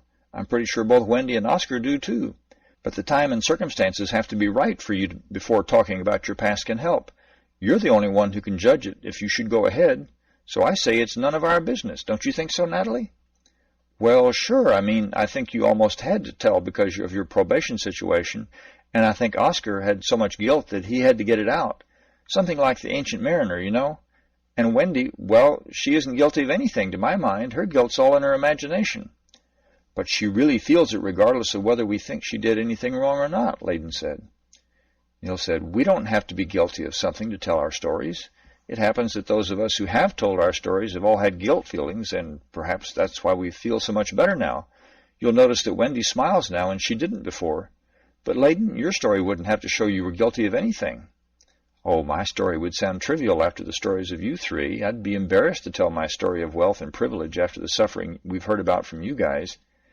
You're feeling guilty about not having any guilt, Neil laughed. Natalie thought, now he's falling into her lap, trying to get her to tell her story. She's so beautiful, they all just fawn on her. Layden smiled up at Neil, standing before them. No, just embarrassed that my troubles sound, well, unimportant. I think you'd all be secretly laughing at me. Layden, we'd never laugh at you. We might laugh with you, but not at you. We think the world of you. There he goes again. They all just fall for her. Why couldn't anyone feel that way about me? You're just waiting until last, hoping you won't have to put yourself on the line, D.W. said to Clayton as they came in the door. Hi, guys. Did you start without us? Oscar went back for a second helping a cobbler, so he'll be about 30 seconds behind us, Clayton said with a big grin. Well, you put away quite a bit of supper tonight yourself, Layden said, smiling back at him. It's always Layden, never me, Natalie thought. Where's Wendy? Neil asked, looking around. She was in the office talking on the phone to her daughter. No telling when she'll get here, Clayton said. I'd still like to hear your story, Clayton, Layden said with a shy grin. Mine's a boring story. We'd better save me for when we've had an exciting day and we need to relax and get drowsy, Clayton laughed. We'd much rather hear about your exciting and romantic life. I'd better join them in asking her, or they'll think I'm jealous, Natalie thought. Yes, come on, Layden. It's easy. You just tell them about some time when you weren't beautiful and glamorous and successful. You must have had at least one such experience in your long and eventful life. Oh, I wouldn't know what to say. I'd be too embarrassed. I'd get stage fright, Layden said, waving her palms from side to side. Oscar, who had just come in as she said it, countered with, I can't believe such a beautiful and well-educated woman as you could have stage fright. You must have been on stage before. Oh, no, I've never been an actress. I haven't really done all those things you seem to think I've done. What? Natalie said. Not even one divorce? Why, even I've had a divorce. You could tell us about one of yours. Of course, I'm sure each breakup was all the fault of whichever husband it was. I can't imagine you in the role of the unfaithful wife or irresponsible mother. But divorces are so common, D.W. said. The rest of us have never been a prisoner in a foreign country like Neil, nor as poor as Wendy, and certainly none of us has been a TV star like Oscar here. We can identify with a divorce. We can empathize with a divorcee. Besides, there must have been something dramatic about at least one of your divorces, Natalie said. Even my divorce had its dramatic moments. What would you call dramatic? Layden asked. Well, did any of your ex-husbands commit suicide when they couldn't have you anymore? Or did any of them try to kill you in a jealous rage? That sort of thing, Natalie said. Did those things happen to you? Layden asked with incredulity. No, it was more prosaic than that. Just the usual sex and money conflicts, Natalie said, shaking her head but sitting up straighter. She thinks I'm too plain and bland to have ever truly aroused any man's passions. He didn't actually try to kill me. At least I don't think he intended to kill me. My God, Oscar said, your husband tried to kill you? I don't think so. At least, well, he was really angry and he easily could have killed me, I suppose, if he'd really wanted to. What happened? Neil asked, with what looked like real concern on his face. How could you marry a man who'd try to kill you? When I thought of marrying him, I had no idea he might actually try to kill me. He seemed really nice, and he treated me very considerately. The men were drawing up chairs around her now, and though they still looked at Layden from time to time, they seemed to be listening to her. You see, I met him when we were on a camping trip in the mountains. I was in graduate school at the university, and some weekends we'd take off for some camping to relax and get a change of scenery. We were in the same political group, though we really hadn't noticed each other before the camping trip. Around the campfire, we would argue about politics. We were all libertarians, so there were lots of things to disagree about. Anyway, he was impressed with what I had to say, and so we walked together the next day on the trail and got to know each other. He had a good job selling optical supplies, and I was impressed by his car and his camping gear. Anyway, I finished my MBA and got a job with a building supply business in Albuquerque, and we continued to date, but began getting more and more serious about each other. He finally asked me to marry him, and I consented. He'd been considerate in our relationship. He'd let me set the pace on intimacy, and I respected him for that. I know that many men, especially those I had known when I was in the Army, had gotten pretty angry when I wouldn't do certain things, and the last year or so I'd stopped dating altogether. Of course, when I got out after serving my 2 years and went to MBA school, I figured the graduate students would be better behaved, and most of them were. At this, she brought her knees together and pursed her lips a little. But I always rejected right away those who were demanding. I think I got rather adept at spotting those who wouldn't let me be in control. At this point, Wendy came into the room and quietly took a seat near the others, but behind and between Clayton and D.W. But I'm getting off the subject, Natalie said, smiling and nodding to Wendy. Dirk was good to me for several years, or so I thought. By the way, that's not his real name. Our businesses were going well, and so we decided to have children. I had 2 girls 2 years apart. They were beautiful, and once we got a good nanny, they were hardly any trouble at all. By the time they were school age, they were riding quite well. They looked so cute on their little ponies. They were in Pony Club, and we would take them to little shows and such. They won lots of ribbons and made me so proud. Well, at one show, one that Dirk didn't come to with us, my oldest rode really well. I don't think she'd ever done that well before, and her pony just jumped everything she rode it at like it was nothing. There was this girl that was favored in the event, one who seemed to always take the blue ribbons. Well, she had a knockdown and 2 refusals. Her mother was furious because we'd always placed far behind her daughter before. We had the bad luck to be parked right next to her rig, and we were putting things away, getting ready to go, when she kind of sidled over to me. Your girl was just lucky, you know. My Heather is really a better rider than your girl. It was just bad luck. I think somebody slipped something into her horse's feed to make him refuse like that.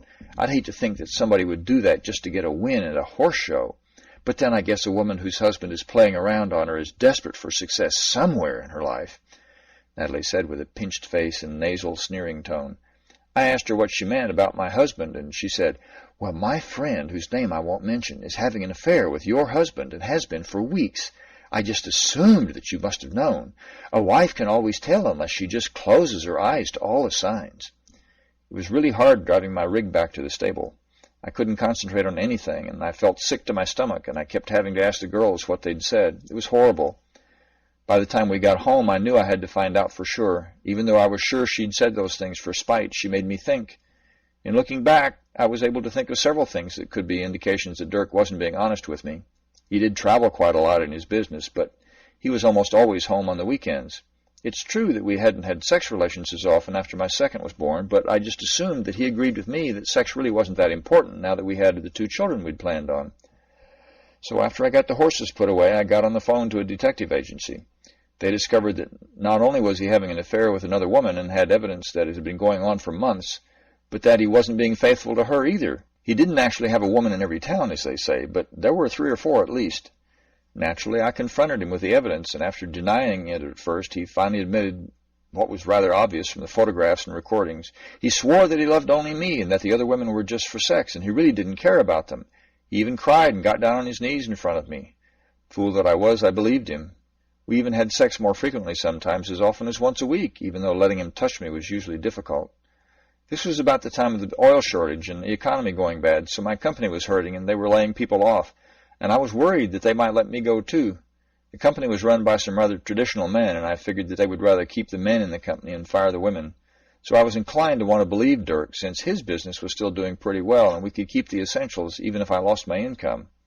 Within a year, though, I saw more signs that maybe he was at it again, so I went back to the detectives, and they caught him again. They told me he hadn't even changed mistresses.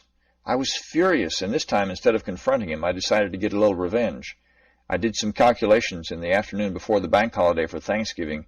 I cleaned out all our joint accounts and took his credit cards to the discount club and bought about $20,000 worth of supplies and other things we'd be able to use someday.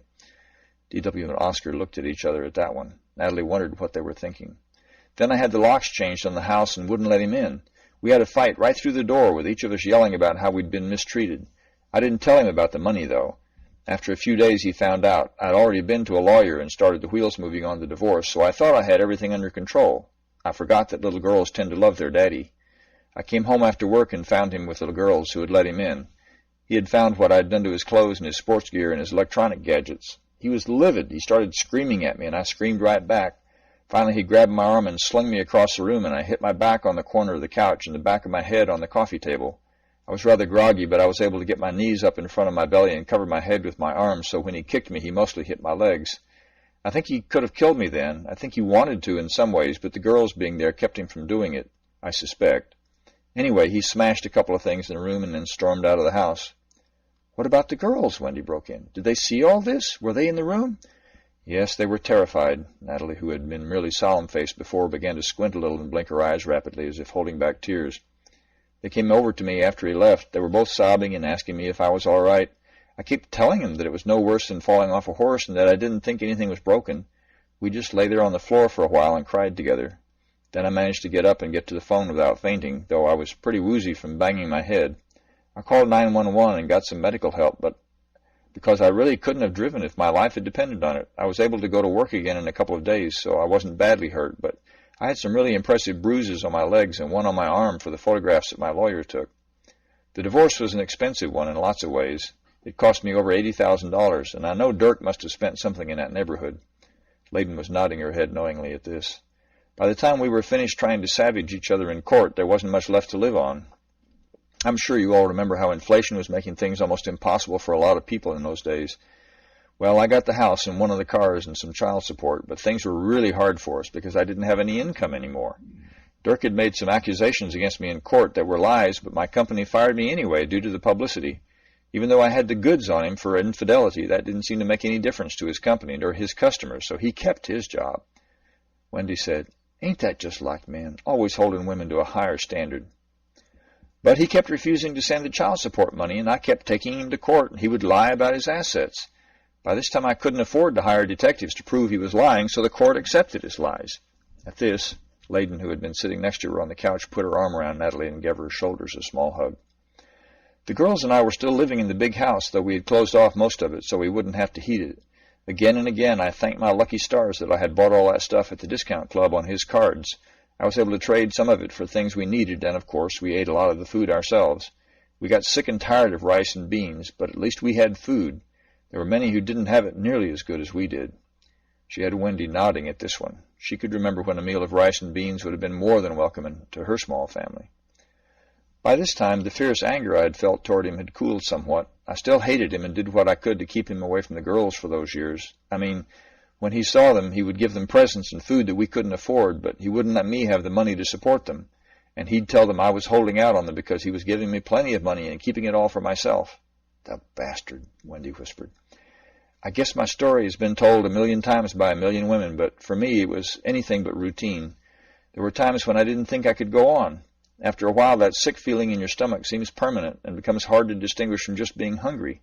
I guess it wouldn't have seemed so bad if we hadn't had plenty of money all the time before, but then suddenly, over the course of just a few months, I went from well off to worrying about our next meal.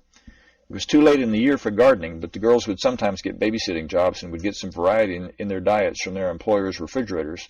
That was one benefit of living in a rich neighborhood, I guess. Natalie gave a deep sigh and looked at her hands, safely covered by white gloves, twisted in her lap.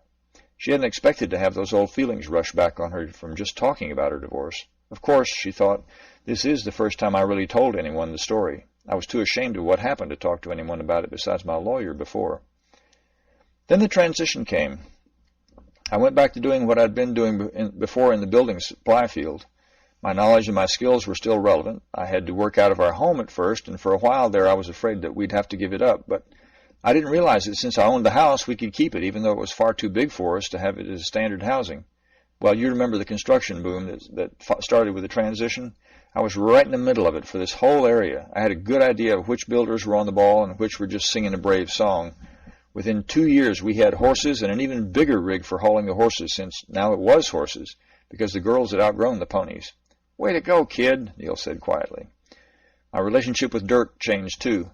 Not that I ever really liked him again, but I came to realize that the girls loved him and he wouldn't hurt them, so I stopped trying to keep them away from him. Also, since there was no child support anymore, I had no reason to be angry at him for not paying it. I couldn't and still can't forgive him for what he did to me, but I've come to realize that by trying to hurt him by spending his money and breaking his things, I was really being as bad in my way as he was being in his. I mean, his betrayal of me had already done all the damage it was going to do. I'd been hurt and embarrassed by his infidelity, but that wasn't really a reflection on me at all. His behavior was his behavior, and it really said nothing at all about me. That's right, honey, said Wendy. I tried to explain that to my daughters several times, but I don't think I ever succeeded. They probably think he wouldn't have been unfaithful if I'd been more of a woman, but I don't think that was the case at all. I think he had to be unfaithful because of his own feelings of inadequacy. He just couldn't believe that women could love him for himself, so he had to keep chasing and proving over and over to himself that he could get women. Again, D.W. and Oscar looked at each other on that one.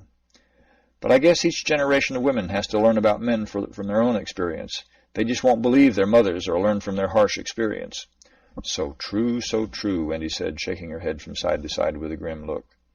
Okay, I know I'm rambling and that this story needs a moral or at least a reason for being told, so here it is. Why am I becoming a payer? My own experience with our society has shown me that my success in life is largely due to payers. Not that I owe anything to payers in general or any particular payer. Becoming a payer was their choice, and they did it for selfish reasons, I'm sure. It was the life they wanted to live, and they got their chance. But I've been in the competitive business world for over 30 years. I've been operating under pressure for all my adult life. That's enough. I want to slow down and relax more. Why not retire, you say? I don't want to stop altogether. I just want the pressure off. This way I can still be involved, but I don't have to get that job done anymore. What does it cost me? I've thought about that. I've always had luxuries. Even when I was first divorced and we were living hand to mouth, I still had that big house, and there was that big truck in the garage that I couldn't afford to drive. And I had leftover clothes and some toys like that camping gear. But in the last few years, they really haven't meant much to me. I still like riding, but with the girls gone off to lead their own lives and my business taking so much of my time, I haven't been able to ride more than 2 or 3 times a month. That isn't good for either the horse or the rider. The big house is just a lot of housework. Sure, I like to eat out, but it isn't that important to me anymore. I've been to the best vacation spots, but I really don't like to travel that much. Right now, the life of a pair seems very sweet to me. Natalie, if you're finished, I'd like to have a word to say to some of the men in our little group here. Layton had her feet tucked up under her and was turned sideways on the couch with her body facing Natalie. Her head was turned toward Oscar and D.W. as she spoke. I saw you exchanging looks while Natalie talked. I know what you were thinking. You were thinking Dirk was quite justified in chasing other women because he wasn't getting enough at home. Admit it, that's what you were thinking. No, D.W. said, I never thought that. But of course he had thought exactly that. Well, I must confess that I did have some sympathy for Dirk at that point in your story, Oscar said with a little bit of a sheepish grin showing. And you think it's funny too, don't you, Oscar? You think it's always the wife's fault when her husband philanders. Layton, despite her very kittenish and almost seductive pose, was almost spitting at the two now. It's not at all like that, Layton, Clayton said. You have to remember that men are just different than women sexually. We're designed to be attracted to many women. You probably noticed ever since you grew up that there were lots of men attracted to you, and it didn't matter whether they were married or not. But the good men, the men I could respect, never went any further than to flirt a little. I always had contempt for those men who tried to get me in a sack even though they were married. Layton, what Dirk did to Natalie wasn't funny at all, Neil said. There's no excuse for what he did. He knew Natalie before he asked her to marry him. If he couldn't accept her as she was, he had no business proposing to her in the first place. At that, Natalie's head came up, and she looked at Neil's face as if searching for something. But, Neil, we have no idea how Natalie came across to Dirk, D.W. said, holding out his arms. Yes, we do, D.W., Neil said firmly. Natalie has been completely consistent in how she has behaved toward us the whole time we've known her.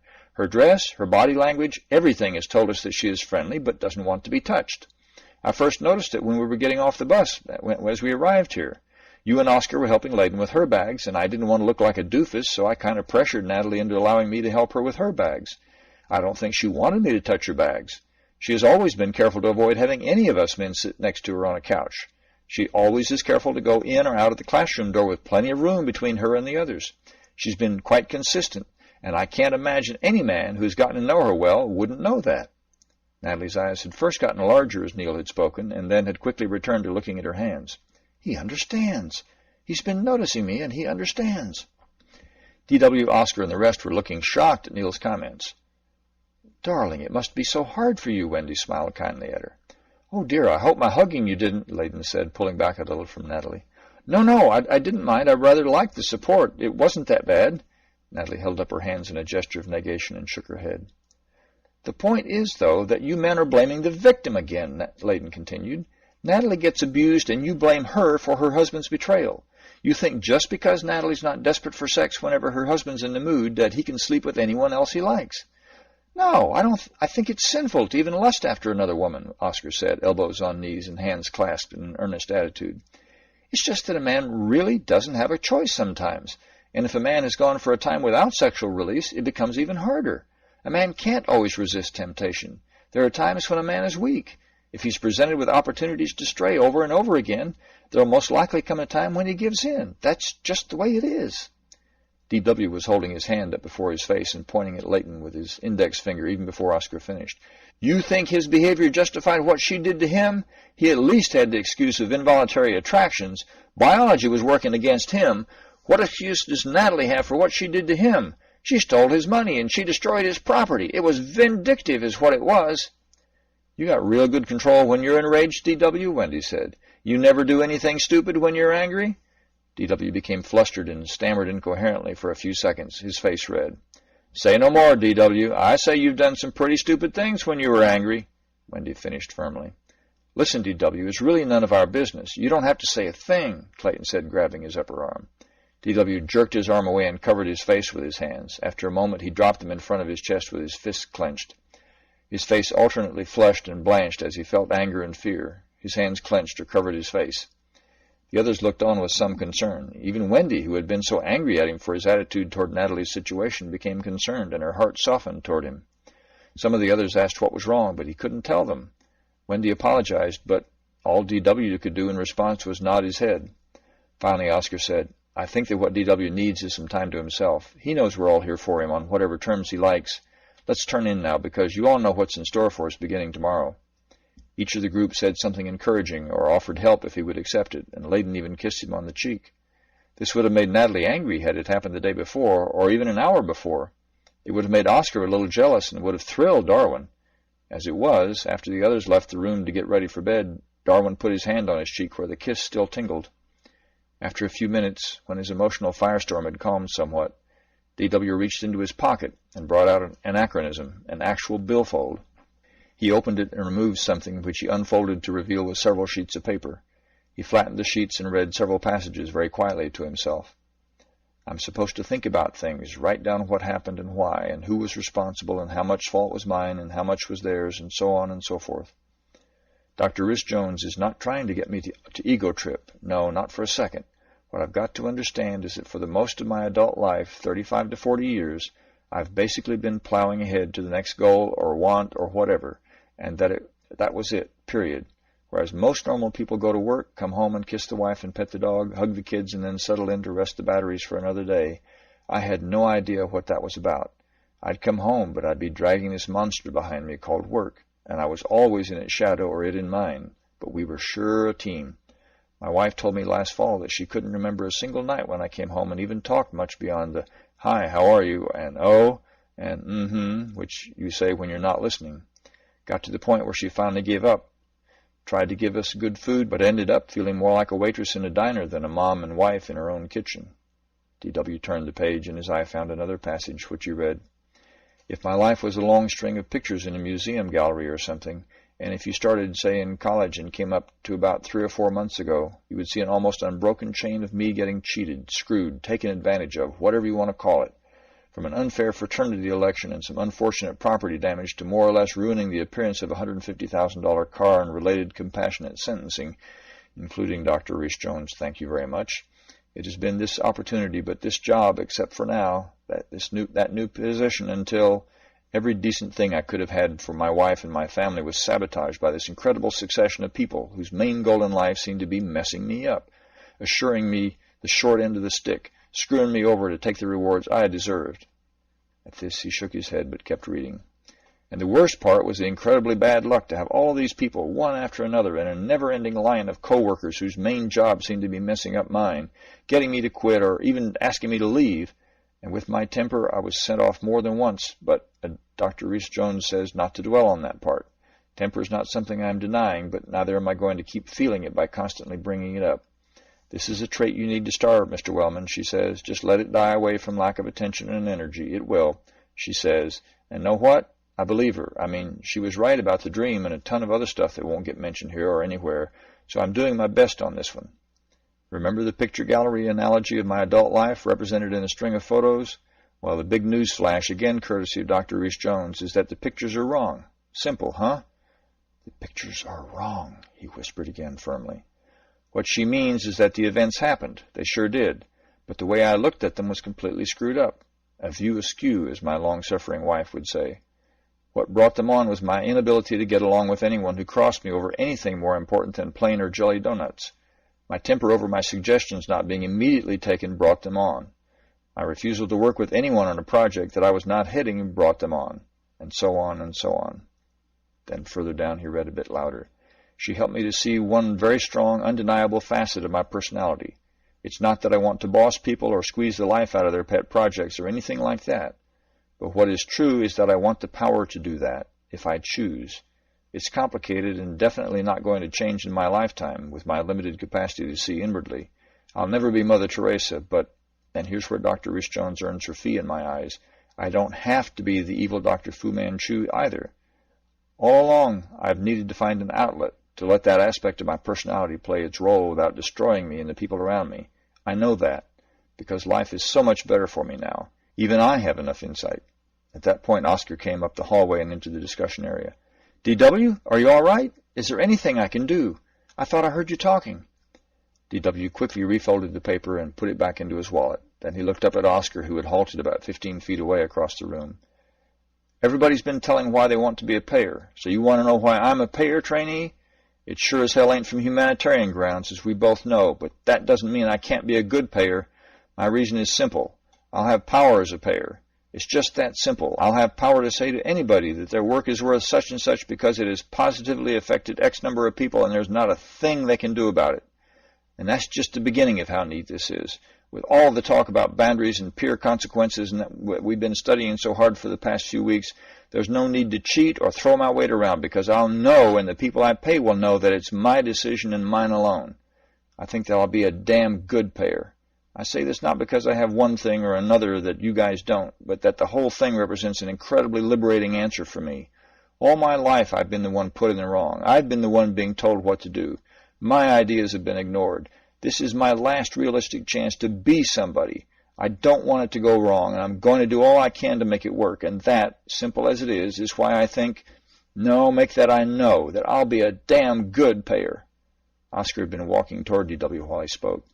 Now he reached for D.W.'s hand, and he started to shake it. Then he pulled D.W. up from his chair and gave him a big hug. You'll be the best payer. The rest of us just want to be payers. You really need to be a payer. D.W. was a little uncomfortable with the hug at first, but as Oscar gripped his shoulders and shook him to emphasize his last sentence, he felt a surge of confidence. Damn right, Oscar, and he punched Oscar on the shoulder.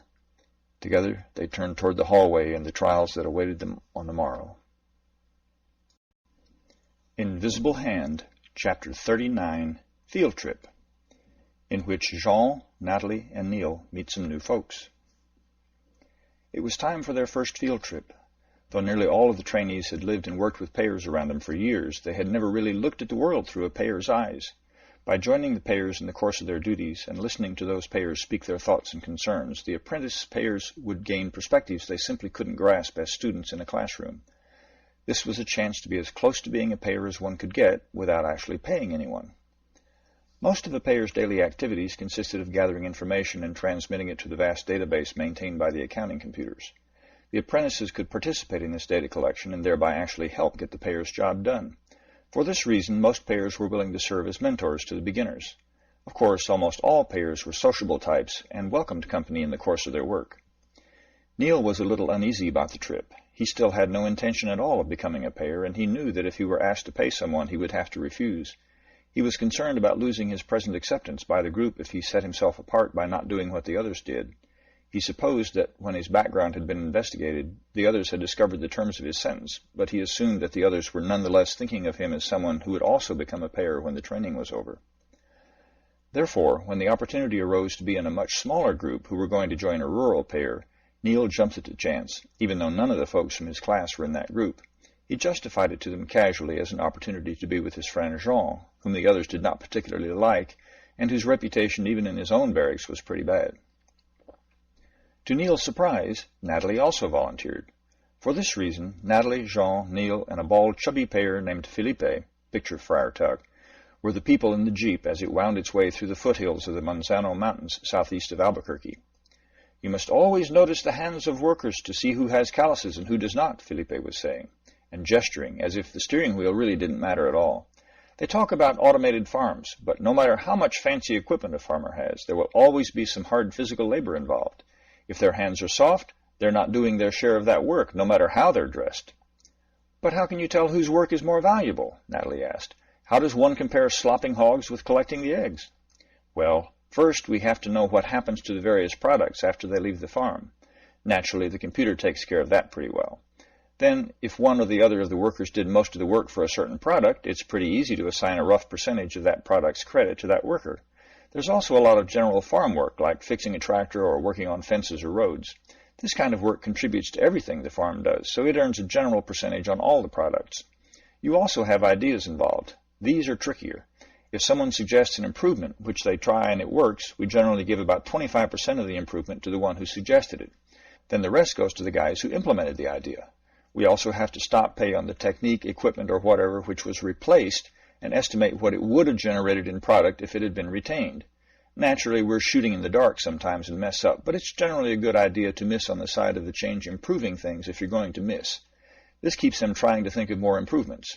Being willing to change, like with the fertilizer thing a few years ago, is very important to our success. But still, you aren't there all the time to watch what each person's doing and see how well they're doing it, Natalie persisted. How do you know what they've done? Well, of course I talk to the farmers and their hands. You have to remember that even out here a man's reputation is very important, Felipe said, wagging a finger at Natalie. If a farmer lies about what work one of his hands does or how well he's doing it, that farmhand is not going to be working there next time I come by.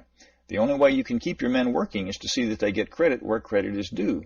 Of course, if some guy is shirking, you don't really care if he doesn't come back or not. If you're being fair, the word will spread, and you'll have little trouble getting people to come out and work when you need them.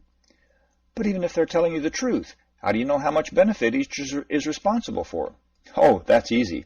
I only have to assign a percentage to each worker so they each get that percentage of what the farm earned for that period. Remember that I don't discover most of the benefit that the farm's products provide except for the small part that's consumed on the farm. Basically, I contribute to some fields in a big spreadsheet that calculates the actual amount that each person should be paid. Naturally, I look over what the benefits were and who got them to be sure the payment is reasonable before I credit the accounts. The Jeep swung around a corner while cresting a hill, and a beautiful valley was revealed before them. The hills in the middle distance were dark, with brilliantly white clouds moving leisurely away from them toward the plains and never quite making it. The ranch house was sheltered by a number of large shade trees, and white fencing around the barn matched its trim and attracted the eye toward the working part of the establishment. A truck was unloading hay bales at the barn, using the winch at the eaves over the main door. Felipe fell silent for the first time since they had met him. He seemed to smell the air, and his eyes darted from one thing to another, seeming to see everything but the road. The road came down to near the small stream that had made the valley, and the trees growing there blocked their view of the house and barn. Where the road crossed the stream, Felipe stopped the Jeep, got out, took a box from under the front seat. He went down to the stream, with a trio of very curious apprentice payers following him. At the stream, Felipe took a small sample of water and placed it in the box, which proved to be an analysis field kit. After a short time, the kit indicated that it was satisfied, and they returned to the Jeep. "This is all left over from the fertilizer thing about 10 years ago," Felipe explained. "We have to be sure that the streams are free of too much fertilizer, or in this particular case, too much animal wastes. The gizmo senses its location and reports its findings directly to the computer system. Of course, I have to stay close to the spot where I got the sample until it's finished." "What was the fertilizer thing you mentioned?" Neil asked. "I was out of the country for about 15 years and just got back a few months ago." "You really missed a dust-up on that one," Felipe said, laughing. "Some of the science guys did some tests and discovered that most fertilizers were doing more harm than good. Most farmers couldn't believe it, and some wouldn't believe it. But the scientists had the data, so we started cutting pay for the farms that used very much fertilizer. That's when they gave us these water testers. We were getting samples from ditches and streams and creeks. We even had guys dipping water out of the estuaries from miles out to sea. We could track the fertilizer used back to who made it and who used it. There were farmers and fertilizer manufacturers mad all over the country, but within a couple of years our agriculture was producing even more than before, and the rivers and the ocean were already showing improvements." As they pulled into the drive that led to the main house, Neil saw some familiar tanks and pipes behind the barn. "Is that a thermal conversion processing plant there?" "Sure. Out here it's too far to truck the stuff to a central plant like they do back east. Most of the larger farms and ranches have their own units. They don't run full time, and they often get loads of hydrocarbons from the smaller neighbors. They usually make enough oil and gas to run all the farm equipment in the area and make for all the fertilizer they can use. Of course, they don't use nearly as much as they used to," he chuckled. At the main house, several people and a couple of dogs came out to welcome them with words of welcome and, from the dogs, inquisitive noses. There were handshakes and introductions and invitations to stay for lunch. Felipe winked at the others, and he gravely accepted the invitation. They toured the farm with the farmer's 13-year-old daughter, who appeared to delight in showing off what a good farm it was and bragging unashamedly about what a smart, productive farmer her father was. Felipe got them in hand after about an hour of the tour and took them around to check the things he felt were worthy of notice. It turned out to actually be a good farm. Lunch was delicious, and Neil began to realize why they had arrived when they did. Felipe was a payer and a good one, but he recognized food that in a city would have been sold in a luxury restaurant.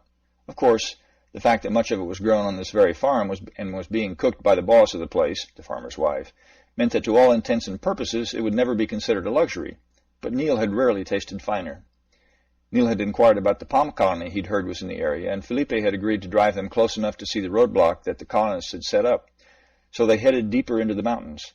There was only about an hour of daylight left as they swung onto an old, crumbling two-lane road. It was clear from the cracks in the pavement and the vegetation growing in the road and overhanging the road that no one was doing any maintenance on it. As the road made a sharp curve around a rocky outcrop, Felipe hit the brakes because there was a small tree down across the road.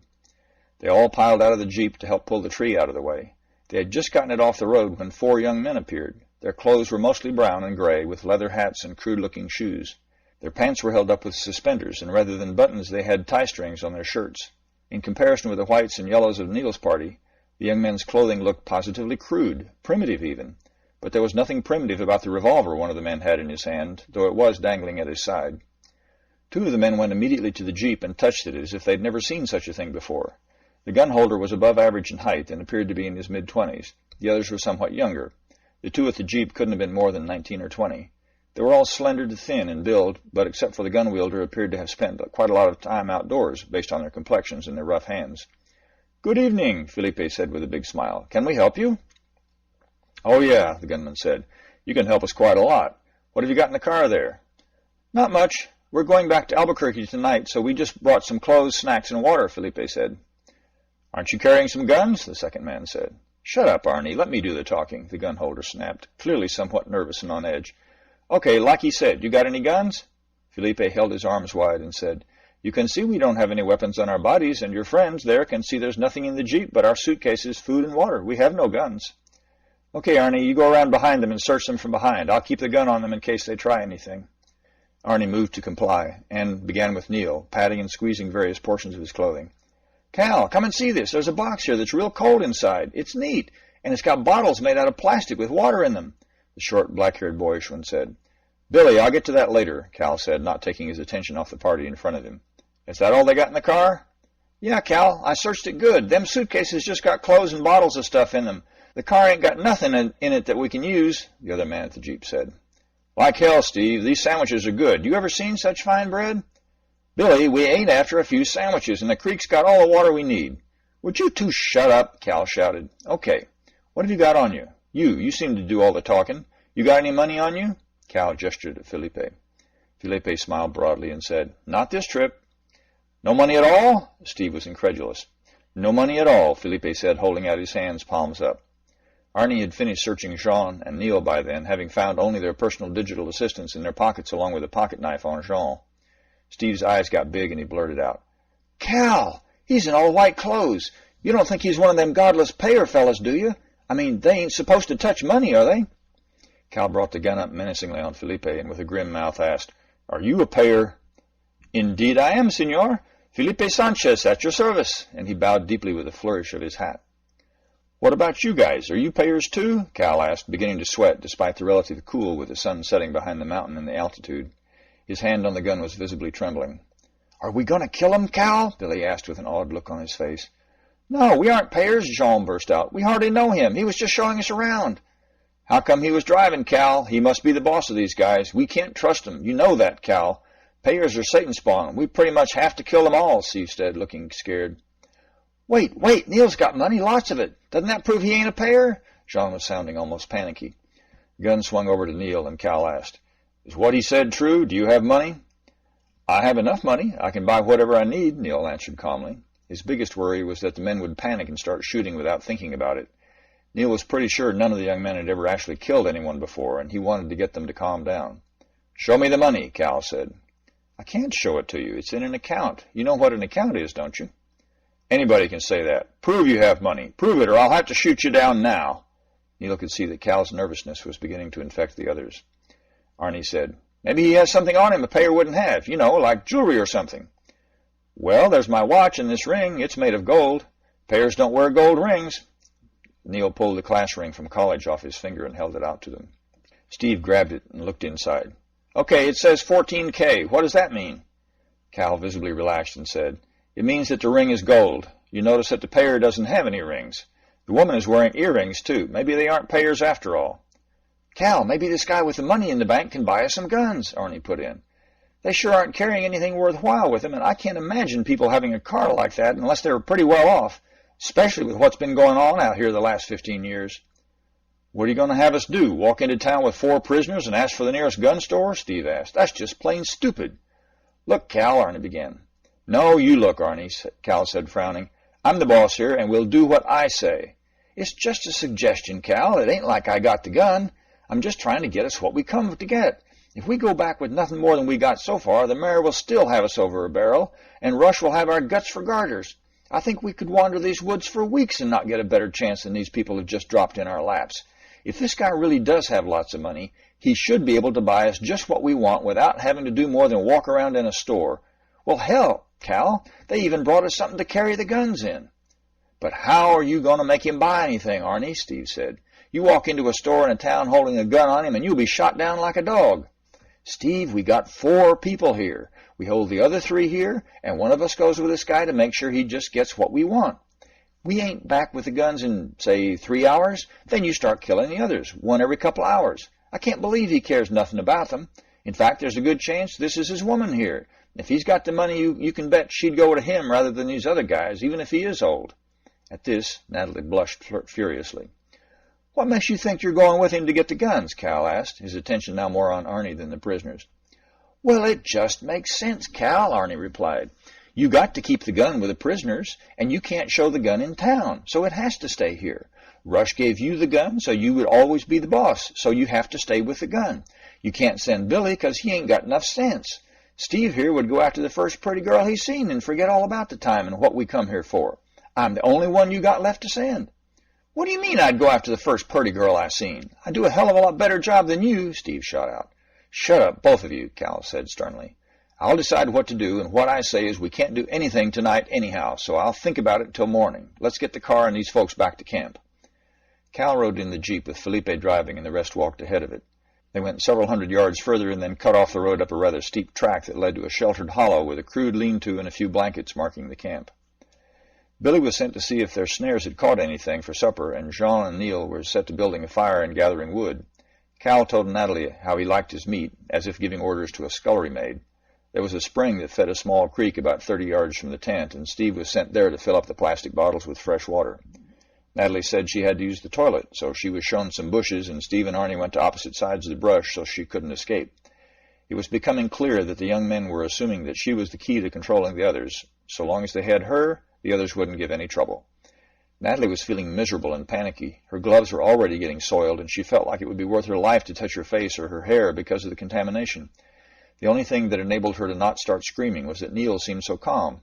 She kept telling herself that if Neil were that calm, they must be all right. She thought she really didn't need to relieve herself, but had only used that as an excuse to get some privacy. But now that she was in the bushes, so to speak, she found she really would like to go. She made herself a little barrier of brush and did her business, and then looked for clean leaves to cleanse herself. Everything was unsatisfactory, and she felt like she would never really be clean again. When she used to go camping, she had always brought plenty of wipes and such, but now, well, they had already called her out to her twice. She would have to face them sometime, so she came out. Felipe had said he could find some food in the woods if they'd let him, so Billy went with him, and after an hour or so they came back with their arms loaded with what looked very much like salad makings. Felipe insisted that some of them were spices, and that the roots were very good, like potatoes. Felipe took over the cooking, though Natalie said she was willing to help, and before long they had delicious odors of roasting meat. That's 2 rabbits and a pheasant. They had buried several potatoes under the fire, so they had a rabbit, pheasant, potatoes, and salad for their meal. At first Natalie had felt too dirty to eat, but by using freshly broken twigs as chopsticks, she managed to overcome her nausea and eat. It's amazing what exercise and outdoor air can do for the appetite. By the time they finished eating, it was dark and getting chilly. None of Neil's party had been planning to spend the night in the open, so they had to keep feeding the fire all night, and Cal had the other young men take turns on guard duty while Natalie slept in the lean-to. Felipe told Neil what he'd learned from Billy while they were gathering salad makings and seasonings. It seemed that the 4 were from the local palm colony. There was a palace revolt in the making as the mayor's son wanted to overthrow his father. The source of the differences between them was that the son wanted to marry a young woman of the community, and his father had his eye on the same girl. The son was sure that the mayor was going to take the woman, at least as a mistress, and maybe even as a second wife. Since the mayor controlled the police, which was also the army, and therefore the community's guns, the son figured that the only way his group, which included most of the younger men in the community, could take over was to get guns of their own from outside in the barrens. It seems that Billy knew all about what life was like outside the palm colony. He knew all about the roving gangs of communists which were run by payers who raped and pillaged honest God-fearing folks. He knew all about how most people were starving and crime and violence were the order of the day. He figured that in a few more years there'd hardly be anybody left outside the palm colony, and then the members of that community could come out and take the good land that was abandoned and have rich farms and lots to eat. They'd stay away from the cities, he said, because those were filled with pestilence and mutants from the nuclear wars. He said you could tell the bombs had been used because at night you could sometimes see the radioactive glow from over the mountains where Albuquerque had been. Billy knew a lot about the outside world because he'd been listening very carefully when the preacher had told the congregation about how bad it was out there. Billy was very glad that the payers who had come by the colony after the disaster had been chased away before they could infect the people with their godless communism. By morning they were all feeling rather uncomfortable from lack of sleep and sore muscles, though the young men were suffering far less than the others. "All right," Cal said when he had gathered them together after breakfast, leftovers and more potatoes. "I've given this a lot of thought. So long as I got the gun and the woman here, there ain't much they can do except go along with whatever we want. Billy and I'll keep the fat old payer here, he and the other guy, while Steve and Arnie go to see if they can find a place to buy some guns and ammunition. The two of you should be able to take care of one old man between you, and if you ain't back by dark, we'll bury one of these three and move to that first place we camped after we left town. If you ain't back by noon the next day, we'll bury another one, and if you ain't back by dark, we'll bury the last one. You got that, mister? Yeah, I've got it. We should be back in plenty of time. Just be cool, Neil said. And if you bring anybody else back with you or anybody else shows up here, the woman is the one I'll kill first. Cal was trembling again. Well, guys, let's get started. Natalie, Felipe, Jean, I'll see all of you in a couple of hours. Don't worry about a thing. Felipe, you think Manzano is the closest town that probably has a store that sells guns? Neil said, turning to Felipe. At Felipe's nod, Neil turned and quickly started for the Jeep. Arnie and Steve each were caught unaware by the sudden movement and had to hurry to catch up, even though Neil never went above a brisk walk. Neil arrived at the Jeep first and started to get into the driver's seat. Both Arnie and Steve yelled at him to stop, that they would be the driver. Then there was a 5-minute argument between the two of them, settled by Cal when he had Steve drive. Steve almost jumped into the driver's seat with a mixture of gloating and glee on his face at the prospect of being the one up on Arnie and getting to play with the biggest toy he'd ever seen. Naturally, during the walk to camp, all three of the young men who were walking had spent a considerable time looking back at the Jeep and seeing how Felipe steered. It looked easy. Neil gave some directions about which foot pedal made it go forward and which stopped it and how to start it and shift gears. After some jerky movements at first, Steve learned how to press the accelerator gently, and they started back down the track to the road. Thank you for attending today's presentation of Invisible Hand by Larry K. Mason, brought to you by GayTalkRadio.org and QueerPublicRadio.com. We hope you will join us tomorrow as the story continues at 9 p.m. Eastern Time and 6 p.m. Pacific Time. In case you've missed any of the episodes, you may listen to them by visiting QueerPublicRadio.com or by visiting Mr. Mason's website at www.nopom.info. That's www.nopom.info. Thank you for joining us, and as always, we wish the best to you and yours.